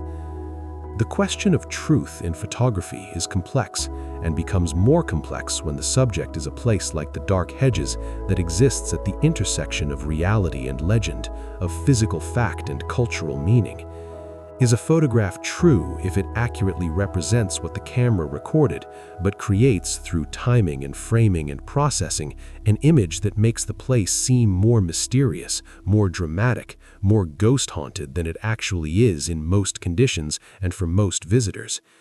Is a photograph false if it shows the place crowded with tourists, clogged with traffic, diminished by storm damage, even though this is increasingly the reality of the Dark Hedges, even though this honest representation might be less attractive, less shareable, less likely to generate the engagement and attention that photographs compete for in the attention economy of social media? There are no simple answers to these questions, no clear guidelines that resolve all cases, no single standard of truth that applies equally to all photographic contexts.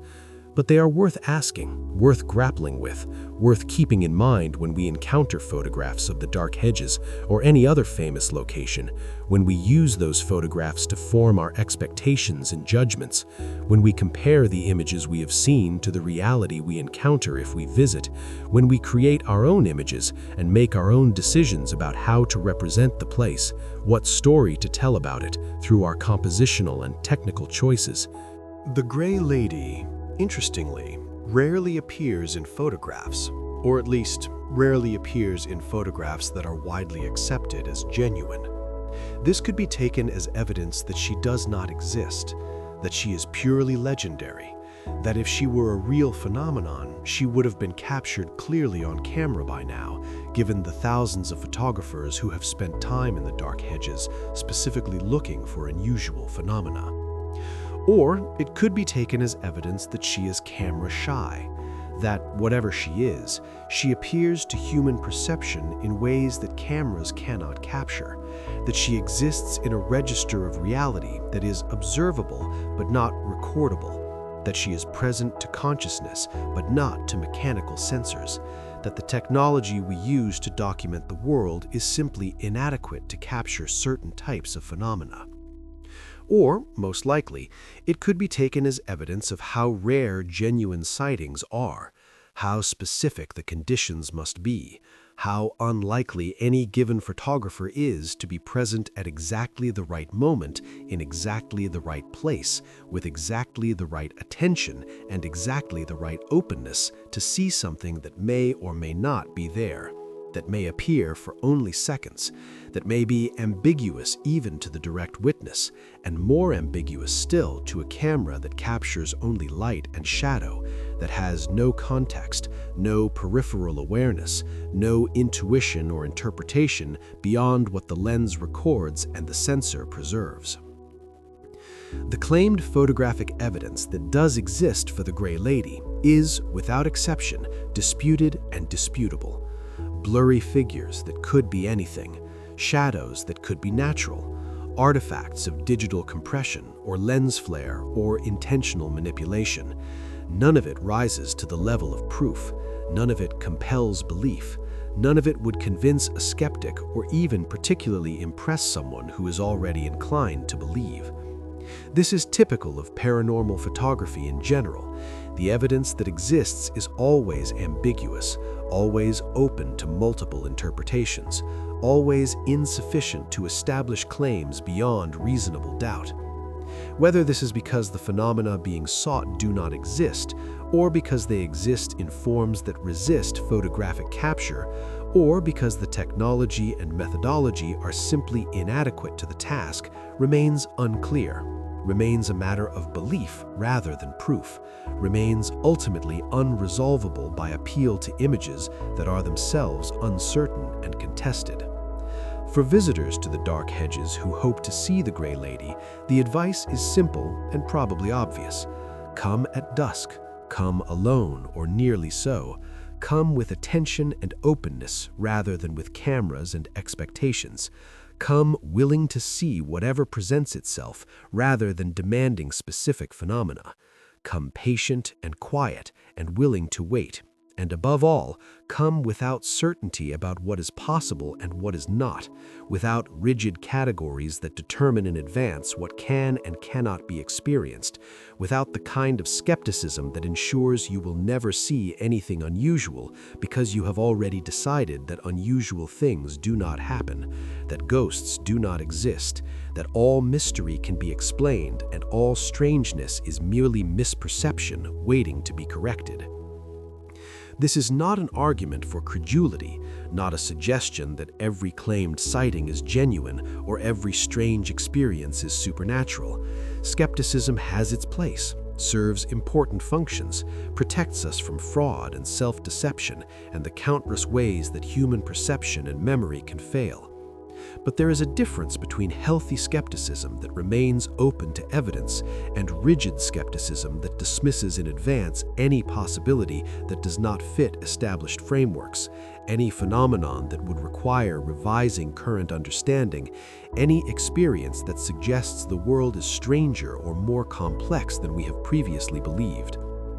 The Dark Hedges, whether or not the Grey Lady walks there, whether or not anything supernatural occurs within its tunnel of trees, is a place that invites this kind of openness, that rewards releasing certainty, that benefits from approaching with questions rather than answers, with curiosity rather than judgment, with willingness to be surprised rather than determination to fit everything into predetermined categories. It is a liminal space, a threshold, a place where boundaries seem permeable and categories seem flexible, where the natural and the supernatural, the beautiful and the uncanny, the welcoming and the threatening all coexist and intermingle in ways that resist simple classification. As night falls completely over the Dark Hedges, as the last visitors depart and the road empties and the trees stand in darkness, broken only by occasional car headlights passing on the main road beyond, the place returns to itself, becomes again what it is when no humans are present to observe and document and interpret.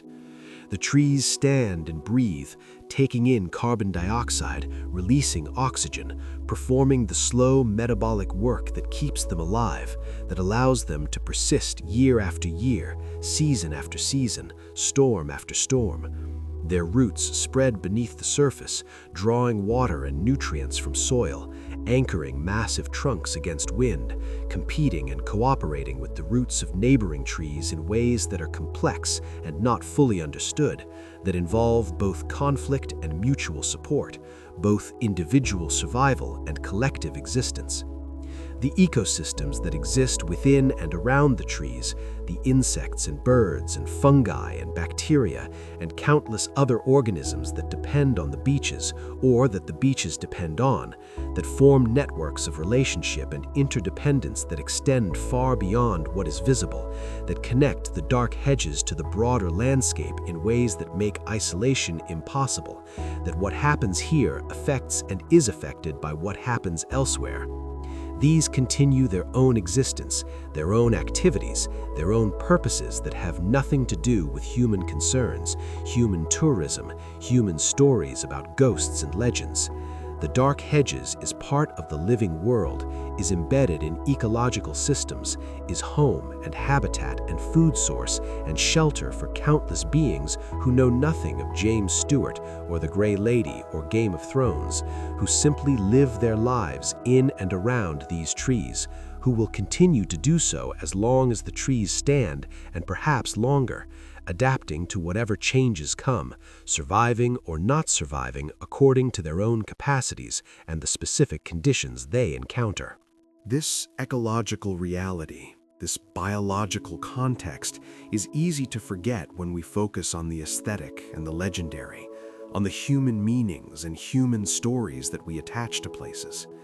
But it is as real as anything else about the Dark Hedges, is as important, is as worthy of attention and consideration. The trees are not just scenery, not just background for tourism and photography and ghost stories. They are living beings with their own existence, their own needs, their own vulnerability and resilience. They provide ecosystem services, oxygen production, carbon sequestration, soil stabilization, water regulation, habitat provision that benefit far more than just the human visitors who come to photograph them. They are part of ecological networks that extend across the landscape and across the world, that connect this small road in County Antrim to global systems, to planetary processes, to the vast web of life that makes Earth habitable, that sustains us whether we recognize it or not. Understanding the Dark Hedges ecologically does not diminish its cultural significance, does not reduce it to mere biology, does not deny the validity of the stories and meanings we attach to it. Rather, it adds another dimension, another layer of understanding, another way of appreciating what the place is and why it matters. The Dark Hedges is both cultural landmark and ecological community, both tourist destination and tree habitat, both human heritage and natural heritage, both story and organism, both meaning and matter. All of these aspects are real, all of them are important, all of them deserve recognition and respect. The future of the Dark Hedges, whatever it turns out to be, will be determined by how well we can hold all of these aspects in mind simultaneously, how successfully we can balance the various values and demands and needs that converge on this place, how wisely we can make decisions that affect not just present visitors but future generations, not just human interests but ecological health, not just the immediate experience but the long-term sustainability.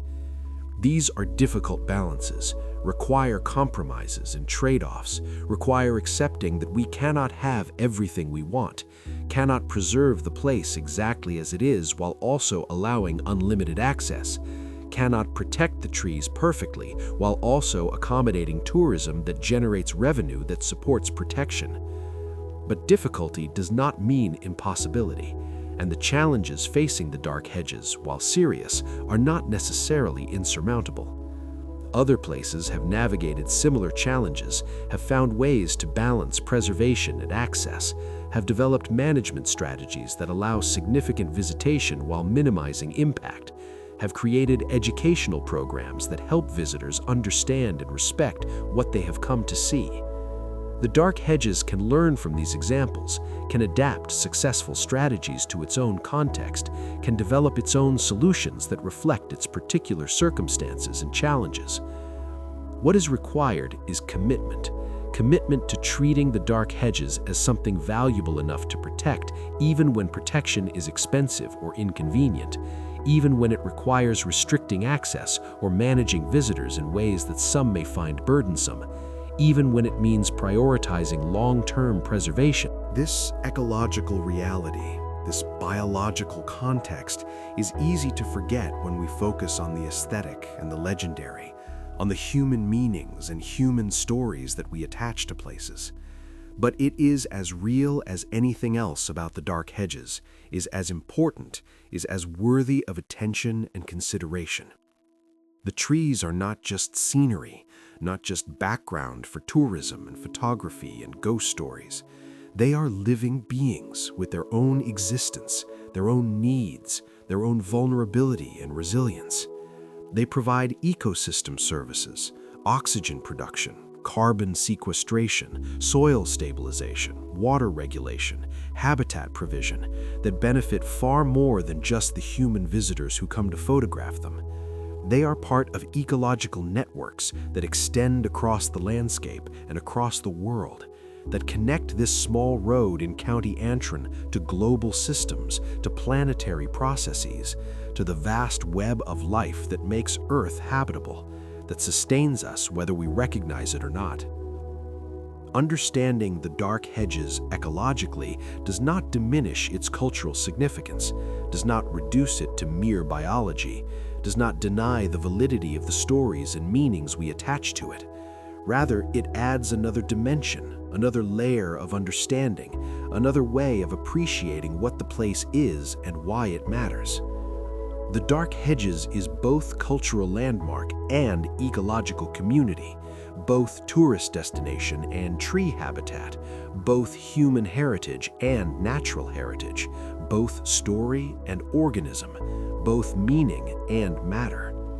All of these aspects are real, all of them are important, all of them deserve recognition and respect. The future of the Dark Hedges, whatever it turns out to be, will be determined by how well we can hold all of these aspects in mind simultaneously, how successfully we can balance the various values and demands and needs that converge on this place, how wisely we can make decisions that affect not just present visitors but future generations, not just human interests but ecological health, not just the immediate experience but the long-term sustainability. These are difficult balances, require compromises and trade-offs, require accepting that we cannot have everything we want, cannot preserve the place exactly as it is while also allowing unlimited access, cannot protect the trees perfectly while also accommodating tourism that generates revenue that supports protection. But difficulty does not mean impossibility, and the challenges facing the dark hedges, while serious, are not necessarily insurmountable. Other places have navigated similar challenges, have found ways to balance preservation and access, have developed management strategies that allow significant visitation while minimizing impact, have created educational programs that help visitors understand and respect what they have come to see. The Dark Hedges can learn from these examples, can adapt successful strategies to its own context, can develop its own solutions that reflect its particular circumstances and challenges. What is required is commitment. Commitment to treating the Dark Hedges as something valuable enough to protect, even when protection is expensive or inconvenient, even when it requires restricting access or managing visitors in ways that some may find burdensome, even when it means prioritizing long-term preservation over short-term economic gain or visitor satisfaction. But difficulty does not mean impossibility, and the challenges facing the Dark Hedges, while serious, are not necessarily insurmountable. Other places have navigated similar challenges, have found ways to balance preservation and access, have developed management strategies that allow significant visitation while minimizing impact, have created educational programs that help visitors understand and respect what they have come to see. The Dark Hedges can learn from these examples, can adapt successful strategies to its own context, can develop its own solutions that reflect its particular circumstances and challenges. What is required is commitment. Commitment to treating the Dark Hedges as something valuable enough to protect, even when protection is expensive or inconvenient, even when it requires restricting access or managing visitors in ways that some may find burdensome, even when it means prioritizing long-term preservation over short-term economic gain or visitor satisfaction. But difficulty does not mean impossibility, and the challenges facing the Dark Hedges, while serious, are not necessarily insurmountable. Other places have navigated similar challenges, have found ways to balance preservation and access, have developed management strategies that allow significant visitation while minimizing impact, have created educational programs that help visitors understand and respect what they have come to see. The Dark Hedges can learn from these examples, can adapt successful strategies to its own context, can develop its own solutions that reflect its particular circumstances and challenges. What is required is commitment. Commitment to treating the Dark Hedges as something valuable enough to protect, even when protection is expensive or inconvenient, even when it requires restricting access or managing visitors in ways that some may find burdensome, even when it means prioritizing long-term preservation over short-term economic gain or visitor satisfaction. But difficulty does not mean impossibility, and the challenges facing the Dark Hedges, while serious, are not necessarily insurmountable. Other places have navigated similar challenges, have found ways to balance preservation and access, have developed management strategies that allow significant visitation while minimizing impact, have created educational programs that help visitors understand and respect what they have come to see. The Dark Hedges can learn from these examples, can adapt successful strategies to its own context, can develop its own solutions that reflect its particular circumstances and challenges. What is required is commitment. Commitment to treating the Dark Hedges as something valuable enough to protect, even when protection is expensive or inconvenient, even when it requires restricting access or managing visitors in ways that some may find burdensome, even when it means prioritizing long-term preservation over short-term economic gain or visitor satisfaction. But difficulty does not mean impossibility, and the challenges facing the Dark Hedges, while serious, are not necessarily insurmountable. These are questions without answers, speculations without resolution, thoughts that lead only to more thoughts, to deeper mysteries,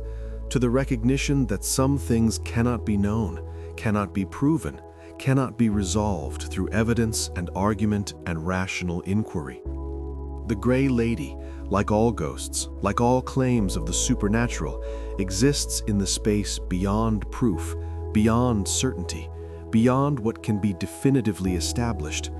She may walk or may not walk, may be real or may be legend, may be entity or may be error, may be presence or may be projection. We cannot know, not finally, not with certainty, not in ways that would satisfy skeptics or convince doubters or settle the question once and for all. And perhaps that is appropriate. Perhaps that is as it should be. Perhaps the Grey Lady serves her purpose precisely by remaining mysterious, by staying just beyond the reach of proof, by existing in that liminal space between belief and disbelief, where we must make choices about what we are willing to accept as possible, what framework we will use to interpret ambiguous experience, what we will do with accounts that cannot be verified, but also cannot be entirely dismissed. Perhaps her gift is not the answer, but the question,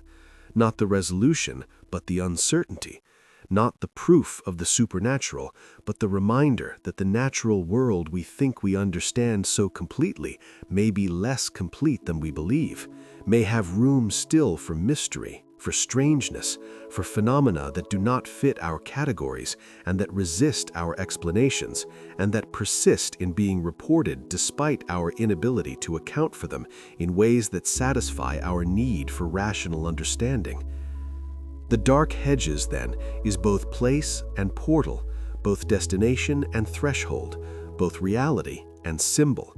It is trees that you can touch and measure and photograph, and it is something more than trees, something that exceeds its physical properties, something that carries meanings and stories and possibilities that are as real as bark and branch, even if they cannot be measured the same way, even if they operate in different registers of existence, even if they require different modes of knowing and different ways of understanding.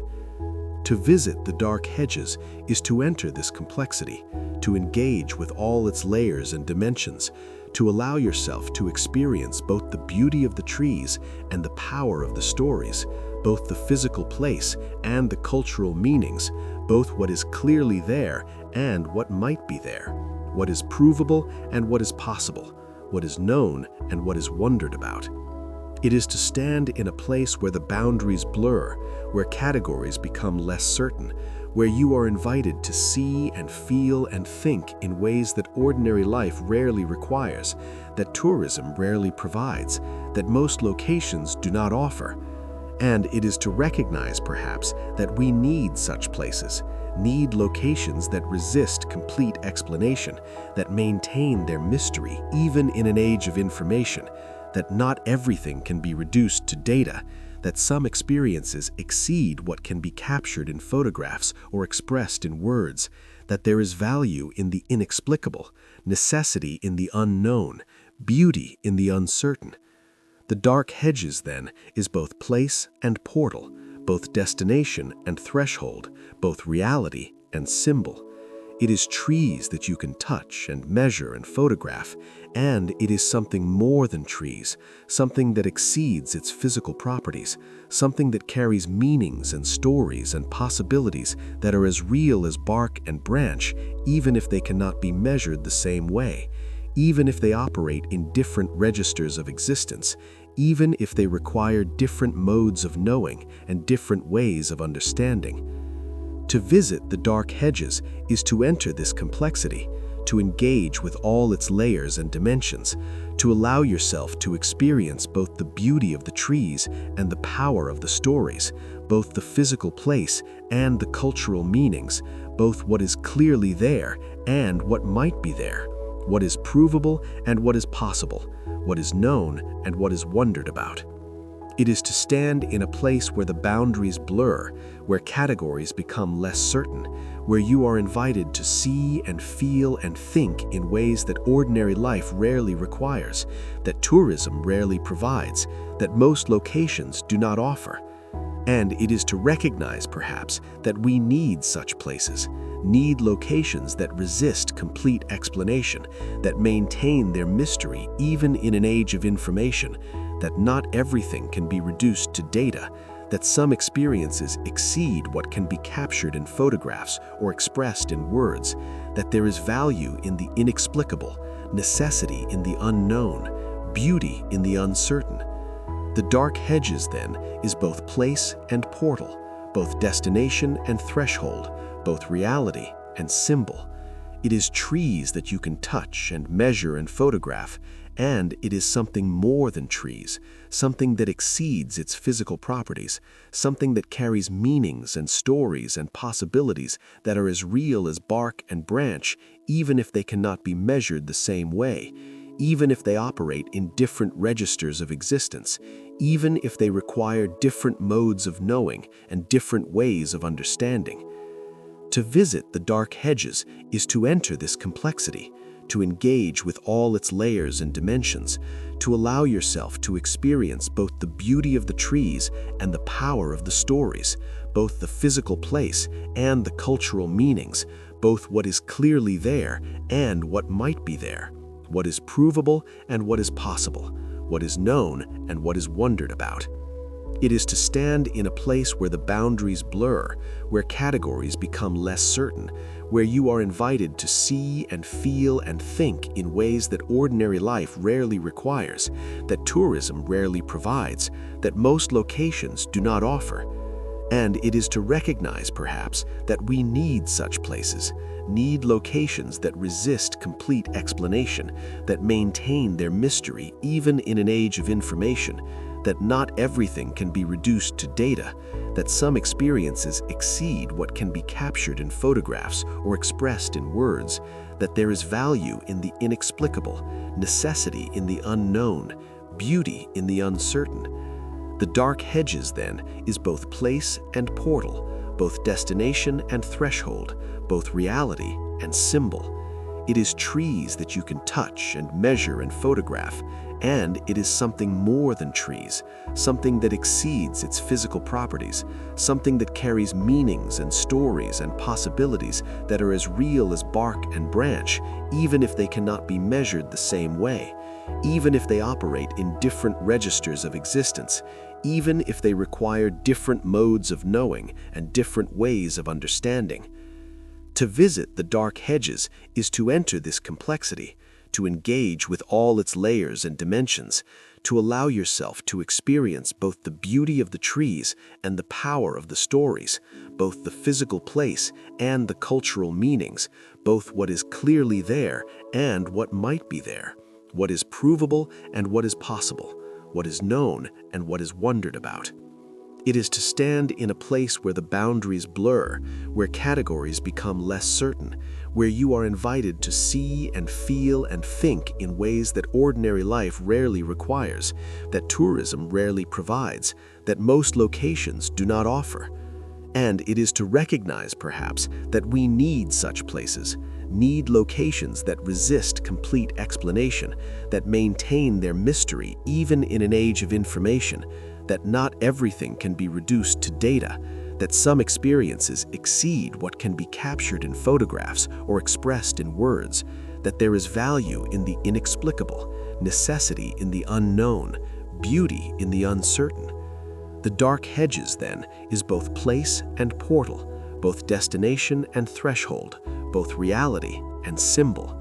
It is trees that you can touch and measure and photograph, and it is something more than trees, something that exceeds its physical properties, something that carries meanings and stories and possibilities that are as real as bark and branch, even if they cannot be measured the same way, even if they operate in different registers of existence, even if they require different modes of knowing and different ways of understanding. To visit the Dark Hedges is to enter this complexity, to engage with all its layers and dimensions, to allow yourself to experience both the beauty of the trees and the power of the stories, both the physical place and the cultural meanings, both what is clearly there and what might be there, what is provable and what is possible, what is known and what is wondered about. It is to stand in a place where the boundaries blur, where categories become less certain, where you are invited to see and feel and think in ways that ordinary life rarely requires, that tourism rarely provides, that most locations do not offer. And it is to recognize, perhaps, that we need such places, need locations that resist complete explanation, that maintain their mystery even in an age of information, that not everything can be reduced to data, that some experiences exceed what can be captured in photographs or expressed in words, that there is value in the inexplicable, necessity in the unknown, beauty in the uncertain.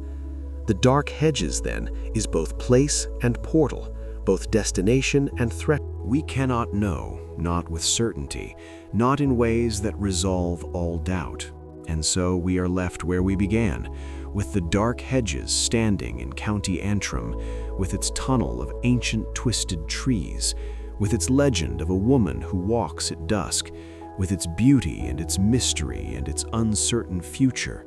with its capacity to move and inspire and puzzle and disturb,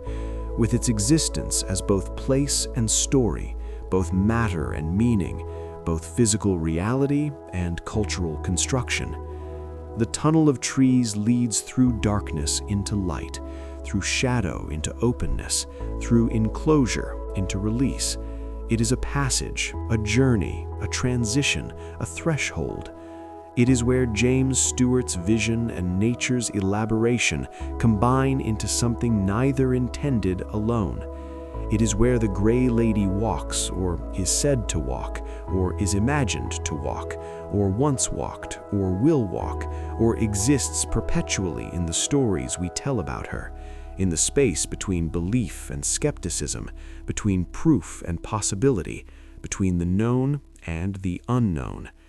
And it is, finally, itself, the Dark Hedges, Bregagh Road, an avenue of beech trees in Northern Ireland, remarkable and ordinary, famous and vulnerable, beautiful and temporary, real and legendary, standing and declining, drawing visitors and being damaged by them, preserved and threatened, understood and mysterious, all of these things simultaneously, all of these aspects equally true, equally part of what the place is and what it means and why it matters, now and for as long as the trees stand and the stories are told and people care enough to visit and to wonder and to ask questions that may have no answers, but that are worth asking nonetheless, that honor the place by acknowledging its complexity, its richness, its refusal to be reduced to any single category or any simple explanation.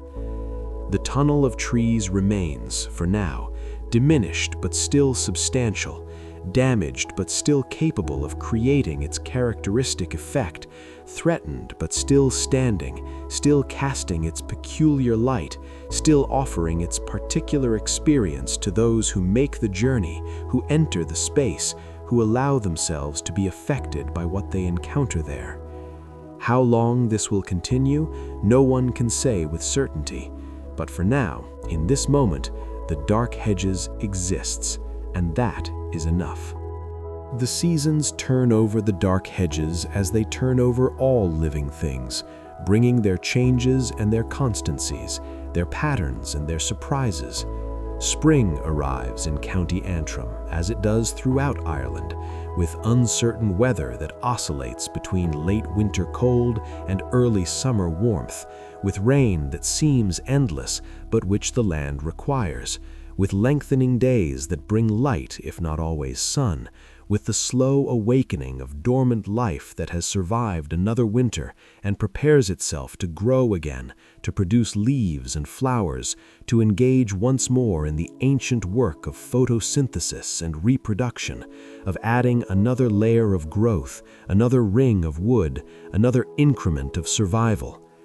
The beech trees of the Dark Hedges respond to spring according to their nature, which is to leaf out late, later than many other deciduous species, waiting for warmth to be more established, for the risk of frost to have passed, for conditions to be truly favorable before committing energy and resources to producing new leaves that could be damaged by cold. This late leafing means that the tunnel in early spring is still bare, still shows its winter skeleton, still allows full view of the branch structure that is hidden later in the year behind the dense canopy. The light in early spring is different from any other season, brighter than when the leaves are present, less filtered, more direct, creating sharper shadows and more contrast, revealing the architecture of the trees in ways that summer obscures. It is during this early spring, this pre-leaf period, that the trees are perhaps most clearly individuals rather than a collective. Each tree's particular form is visible, its specific pattern of branching, its characteristic shape, its unique response to the conditions it has encountered over 2 centuries of growth. Some trees lean dramatically, tilting 10 or 15 degrees from vertical, held in place by their neighbors, by the interweaving of branches, by roots that have spread and intermingled beneath the surface. Some have massive trunks that divide close to the ground, sending up 2 or 3 main stems rather than a single leader. Some have lost major branches to storms and have compensated by growing asymmetrically, putting energy in one side more than the other. Each tree is scarred and marked by its history, carries visible evidence of what it has survived, wounds where branches broke off, cavities where rot has set in, burrows where growth became disordered, places where bark has healed over injuries, creating texture and irregularity that adds character, that makes these trees distinctive, recognizable, individual rather than merely examples of their species. As warmth increases and days lengthen, the trees finally begin to leaf. The process starts with buds swelling, becoming visibly larger, preparing to open. Then the first leaves emerge, tiny and tightly furled, still protected by bud scales, not yet fully committed to exposure. These early leaves are a remarkable color, translucent green, almost luminous, delicate in a way that mature leaves never are. They catch light and seem to glow with it, create a quality of illumination that is unique to this brief period, this moment of emergence when leaves are present but not yet fully developed, when the canopy is beginning to close but has not yet completed its closure.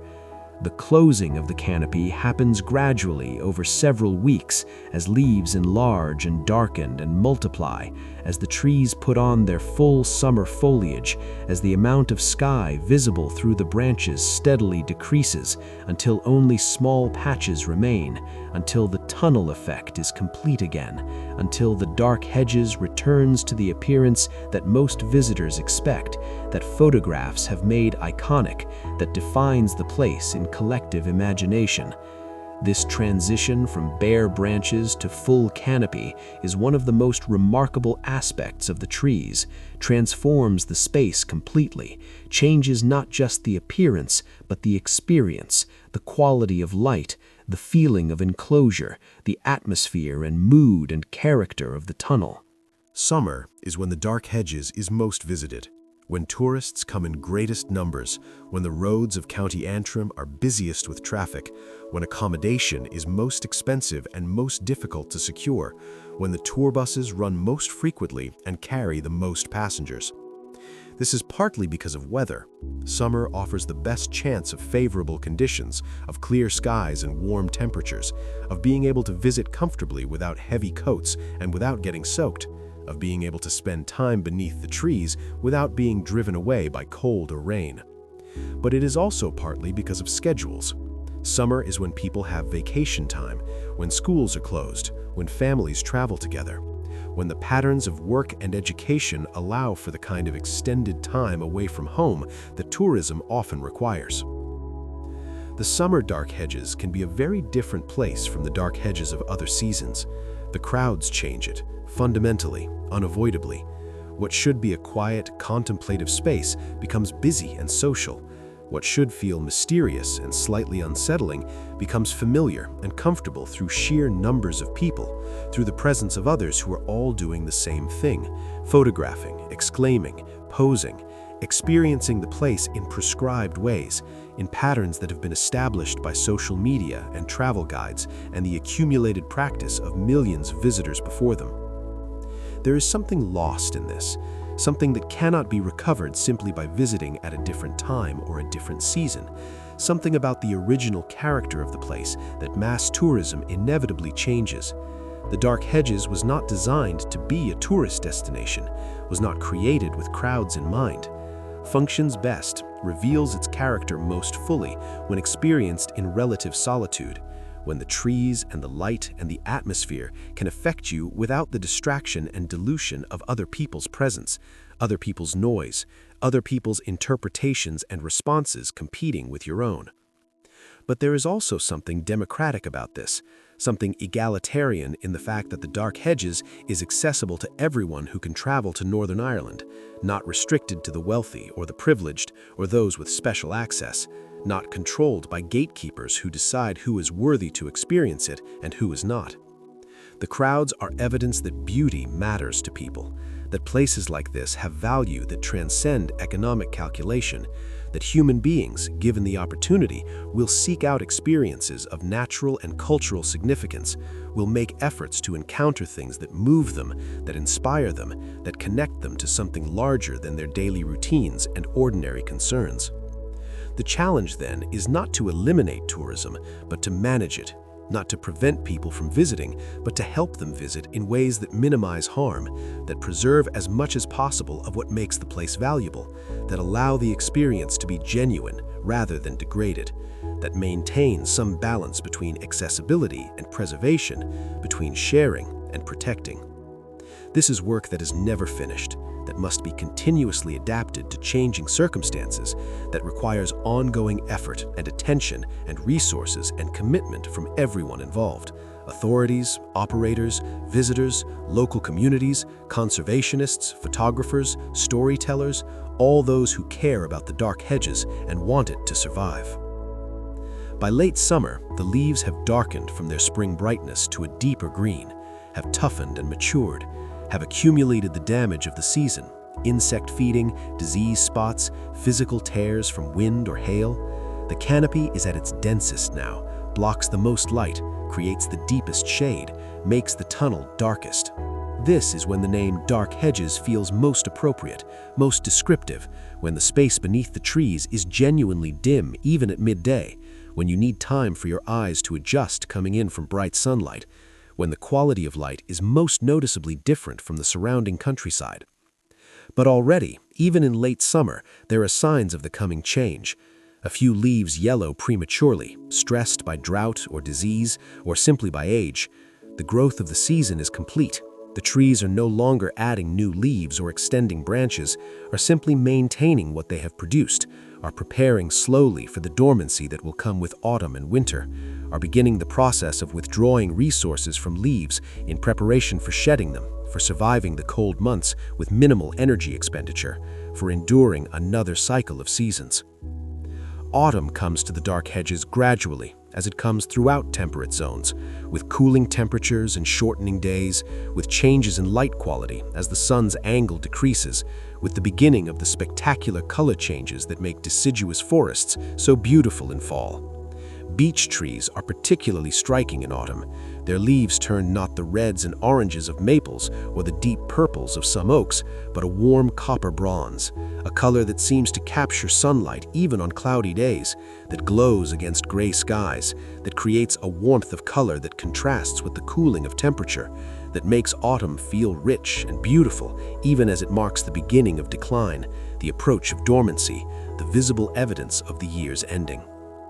The autumn Dark Hedges is perhaps its most photogenic season, or at least offers a different kind of photogenic quality than summer's green tunnel. The colors are more varied, more warm, more visually complex.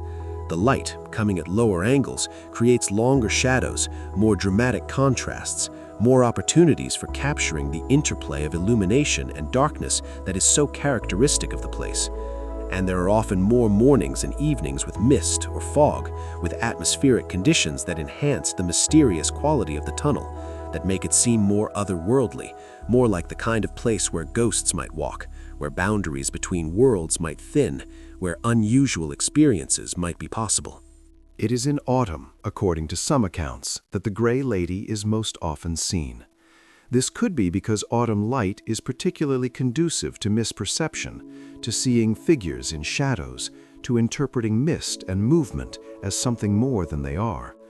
Or it could be because autumn is traditionally associated with death and transition, with the ending of the growing season and the approach of winter, with the time when, in older belief systems, the boundaries between the living and the dead were thought to be most permeable, when spirits could more easily cross into the world of the living, when encounters with the other world were most likely.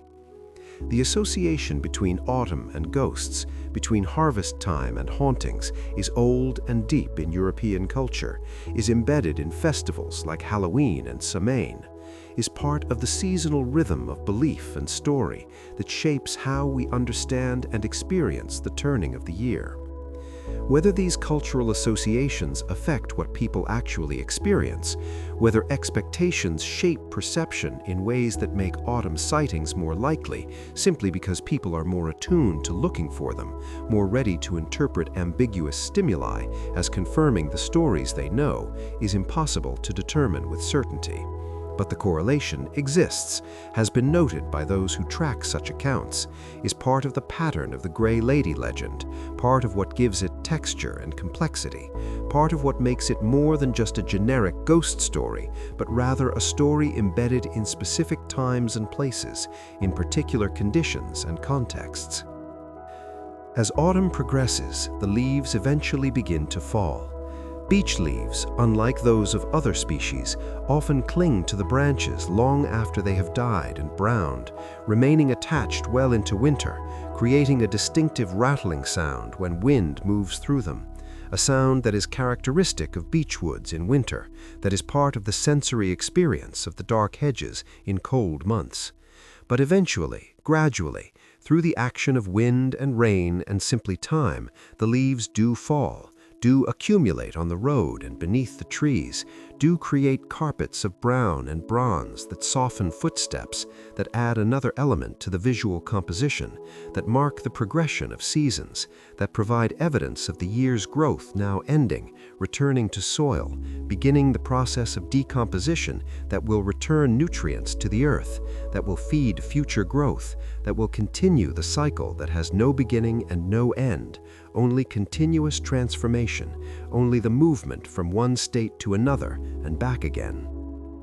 Winter comes cold and often wet to County Antrim, comes with short days and long nights, with weather that is rarely severe by global standards, but which is consistently uncomfortable, consistently dreary, consistently the kind of conditions that make people stay inside, that reduce tourism to a trickle, that return the dark hedges to something approaching solitude, to a state where it can exist primarily for itself rather than as a destination, where the trees can simply be trees, where the road can be quiet, where the place can return to whatever it is when no one is watching, when no cameras are recording, when no interpretations are being imposed.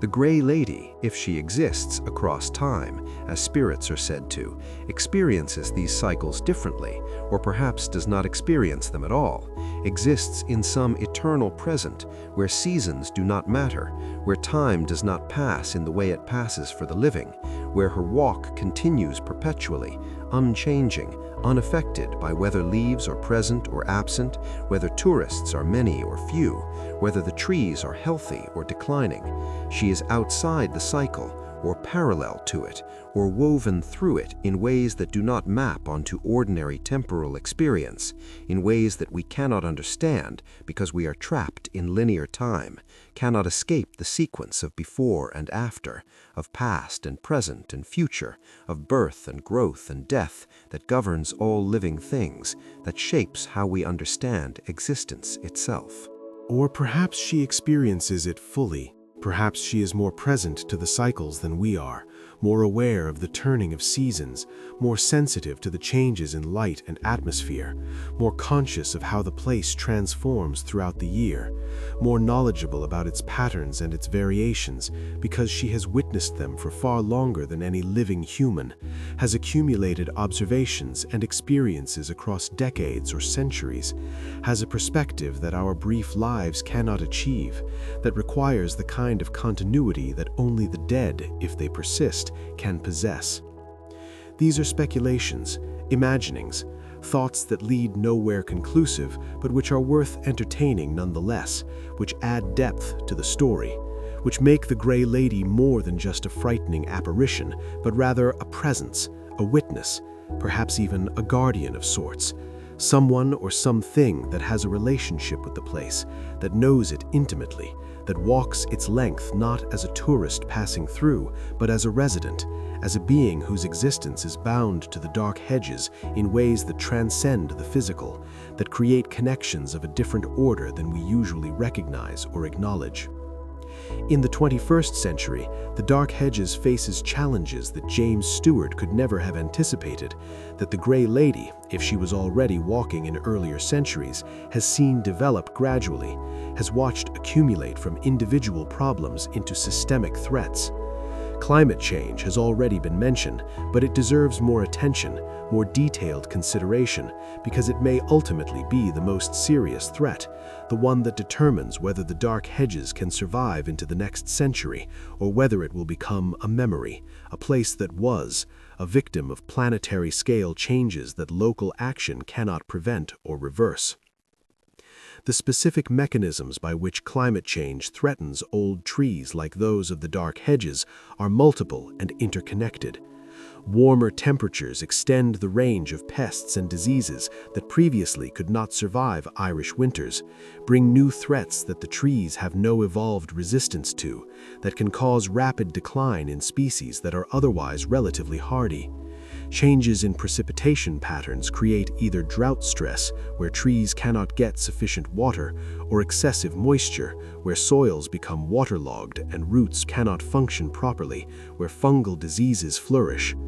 More frequent extreme weather events, intense storms with high winds, heavy rain that saturates ground and makes trees more likely to topple, ice storms that break branches, heat waves that stress even temperate zone species. All of these increase mortality risk, accelerate decline, shorten the remaining lifespans of already old trees.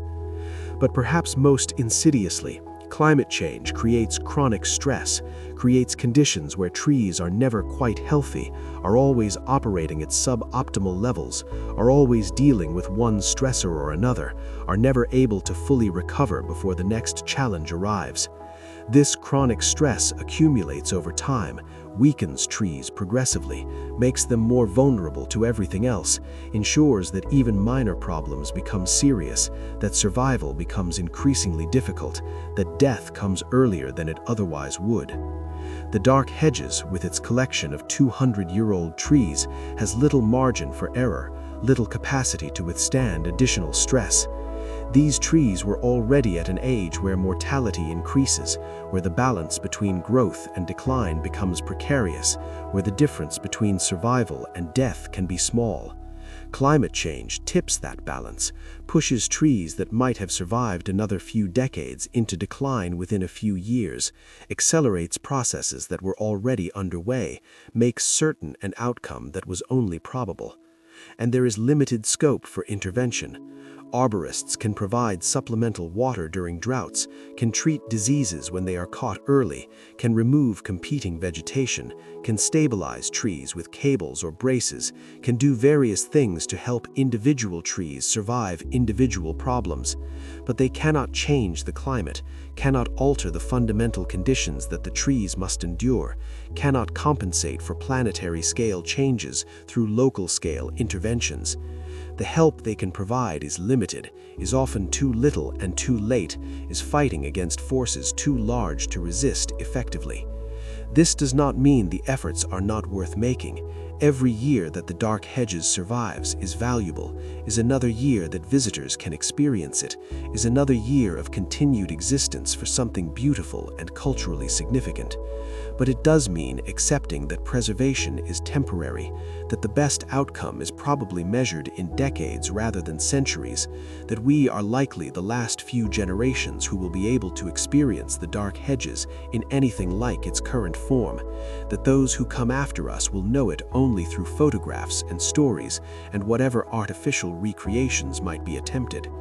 This knowledge creates a particular quality of experience when visiting the Dark Hedges now, creates an awareness of witnessing something that will not last, something that is in the process of being lost even as we observe it, something that we cannot fully preserve or protect no matter how much we might wish to. There is poignancy in this, a bittersweet quality, a mixture of appreciation for what still exists and grief for what is being lost, a sense of living in an ending, of participating in a transformation that moves from presence to absence, from reality to memory.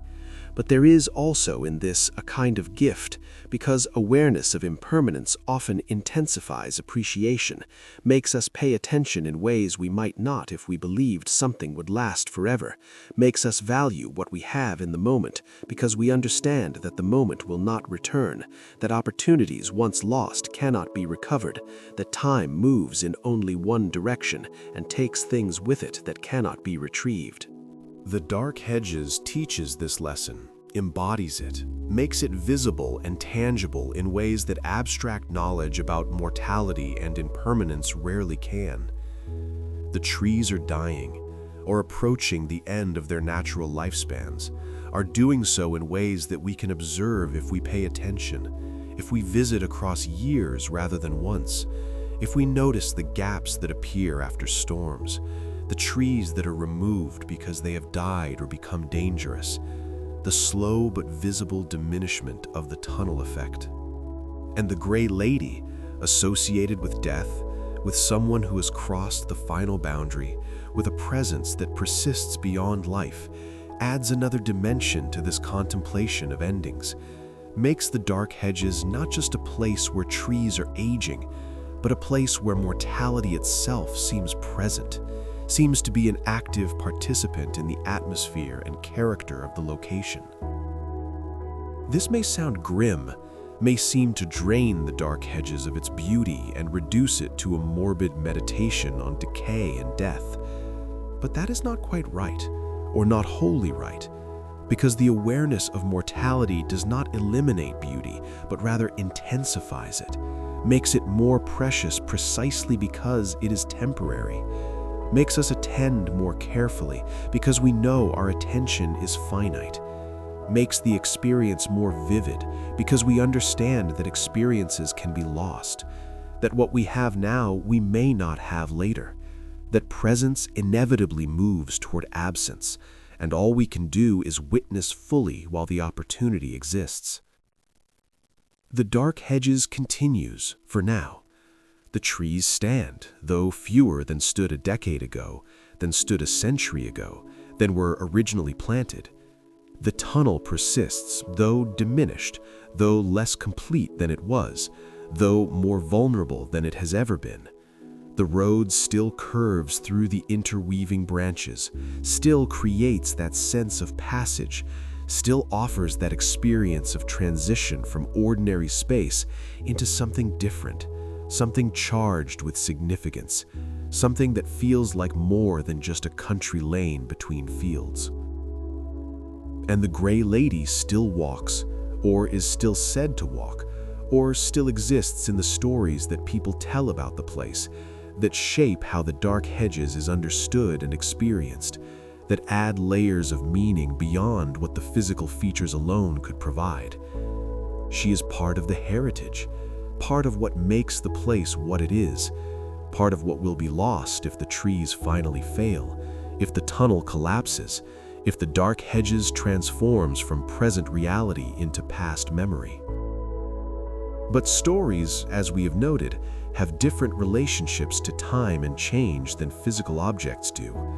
The Gray Lady may outlast the trees, may continue to walk in imagination and in telling long after there are no longer branches to walk beneath, no longer shade to walk in, no longer a tunnel to haunt, but only a road, only a memory, only a place that was. She may be the most durable aspect of the Dark Hedges, the element that survives longest, that carries forward into whatever future awaits this place and its story, that ensures some continuity between what was and what will be, that bridges past and future even when the present has transformed beyond recognition. The Dark Hedges asks us to pay attention, to be present, to notice what is here while it is still here, to appreciate what exists while existence continues. It asks us to think about time and change, about preservation and loss, about what endures and what passes away. It asks us to consider the relationship between nature and culture, between the physical and the meaningful, between matter and story. It asks us to be open to mystery, to accept that not everything can be explained, to allow for the possibility that the world contains more than we currently understand, that categories are more flexible than we usually believe, that experience can exceed our frameworks and our theories. And it offers, in return for this attention and openness, an experience of beauty, of atmosphere, of connection to something larger than ourselves, of participation in a story that began long before we arrived and will continue after we depart, of being part, even briefly, even tangentially, of something that matters, that has significance, that adds to rather than subtracts from the sum of meaning and beauty in the world. The Dark Hedges waits, as it has always waited, patient in its existence, indifferent to our theories and concerns, simply being what it is: trees and shadow, light and legend, place and story, reality and possibility. The Grey Lady walks, as she has always walked, silent and purposeful, moving through space and time in ways we cannot fully grasp, existing in registers of reality we cannot fully access, reminding us that our knowledge is incomplete, that our understanding is partial, that the world is larger and stranger than we can fully understand. And we continue to come, continue to visit and to wonder, to photograph and to tell stories, to seek understanding and to accept mystery, to preserve what we can and to grieve what we cannot, to be present to this place while presence is still possible, while the tunnel still stands, while the trees still live, while the Grey Lady still walks, while the Dark Hedges continues to be what it has become, a place where nature and culture, beauty and mortality, the known and the unknown meet and mingle, and create something that is more than the sum of its parts, something that speaks to us about who we are and what we value, and how we understand our place in a world that is always changing, always ending, always beginning again, always offering new possibilities as old forms pass away. The journey through the Dark Hedges is brief, but the memory endures. The trees will fall, but the story continues. The Grey Lady walks on.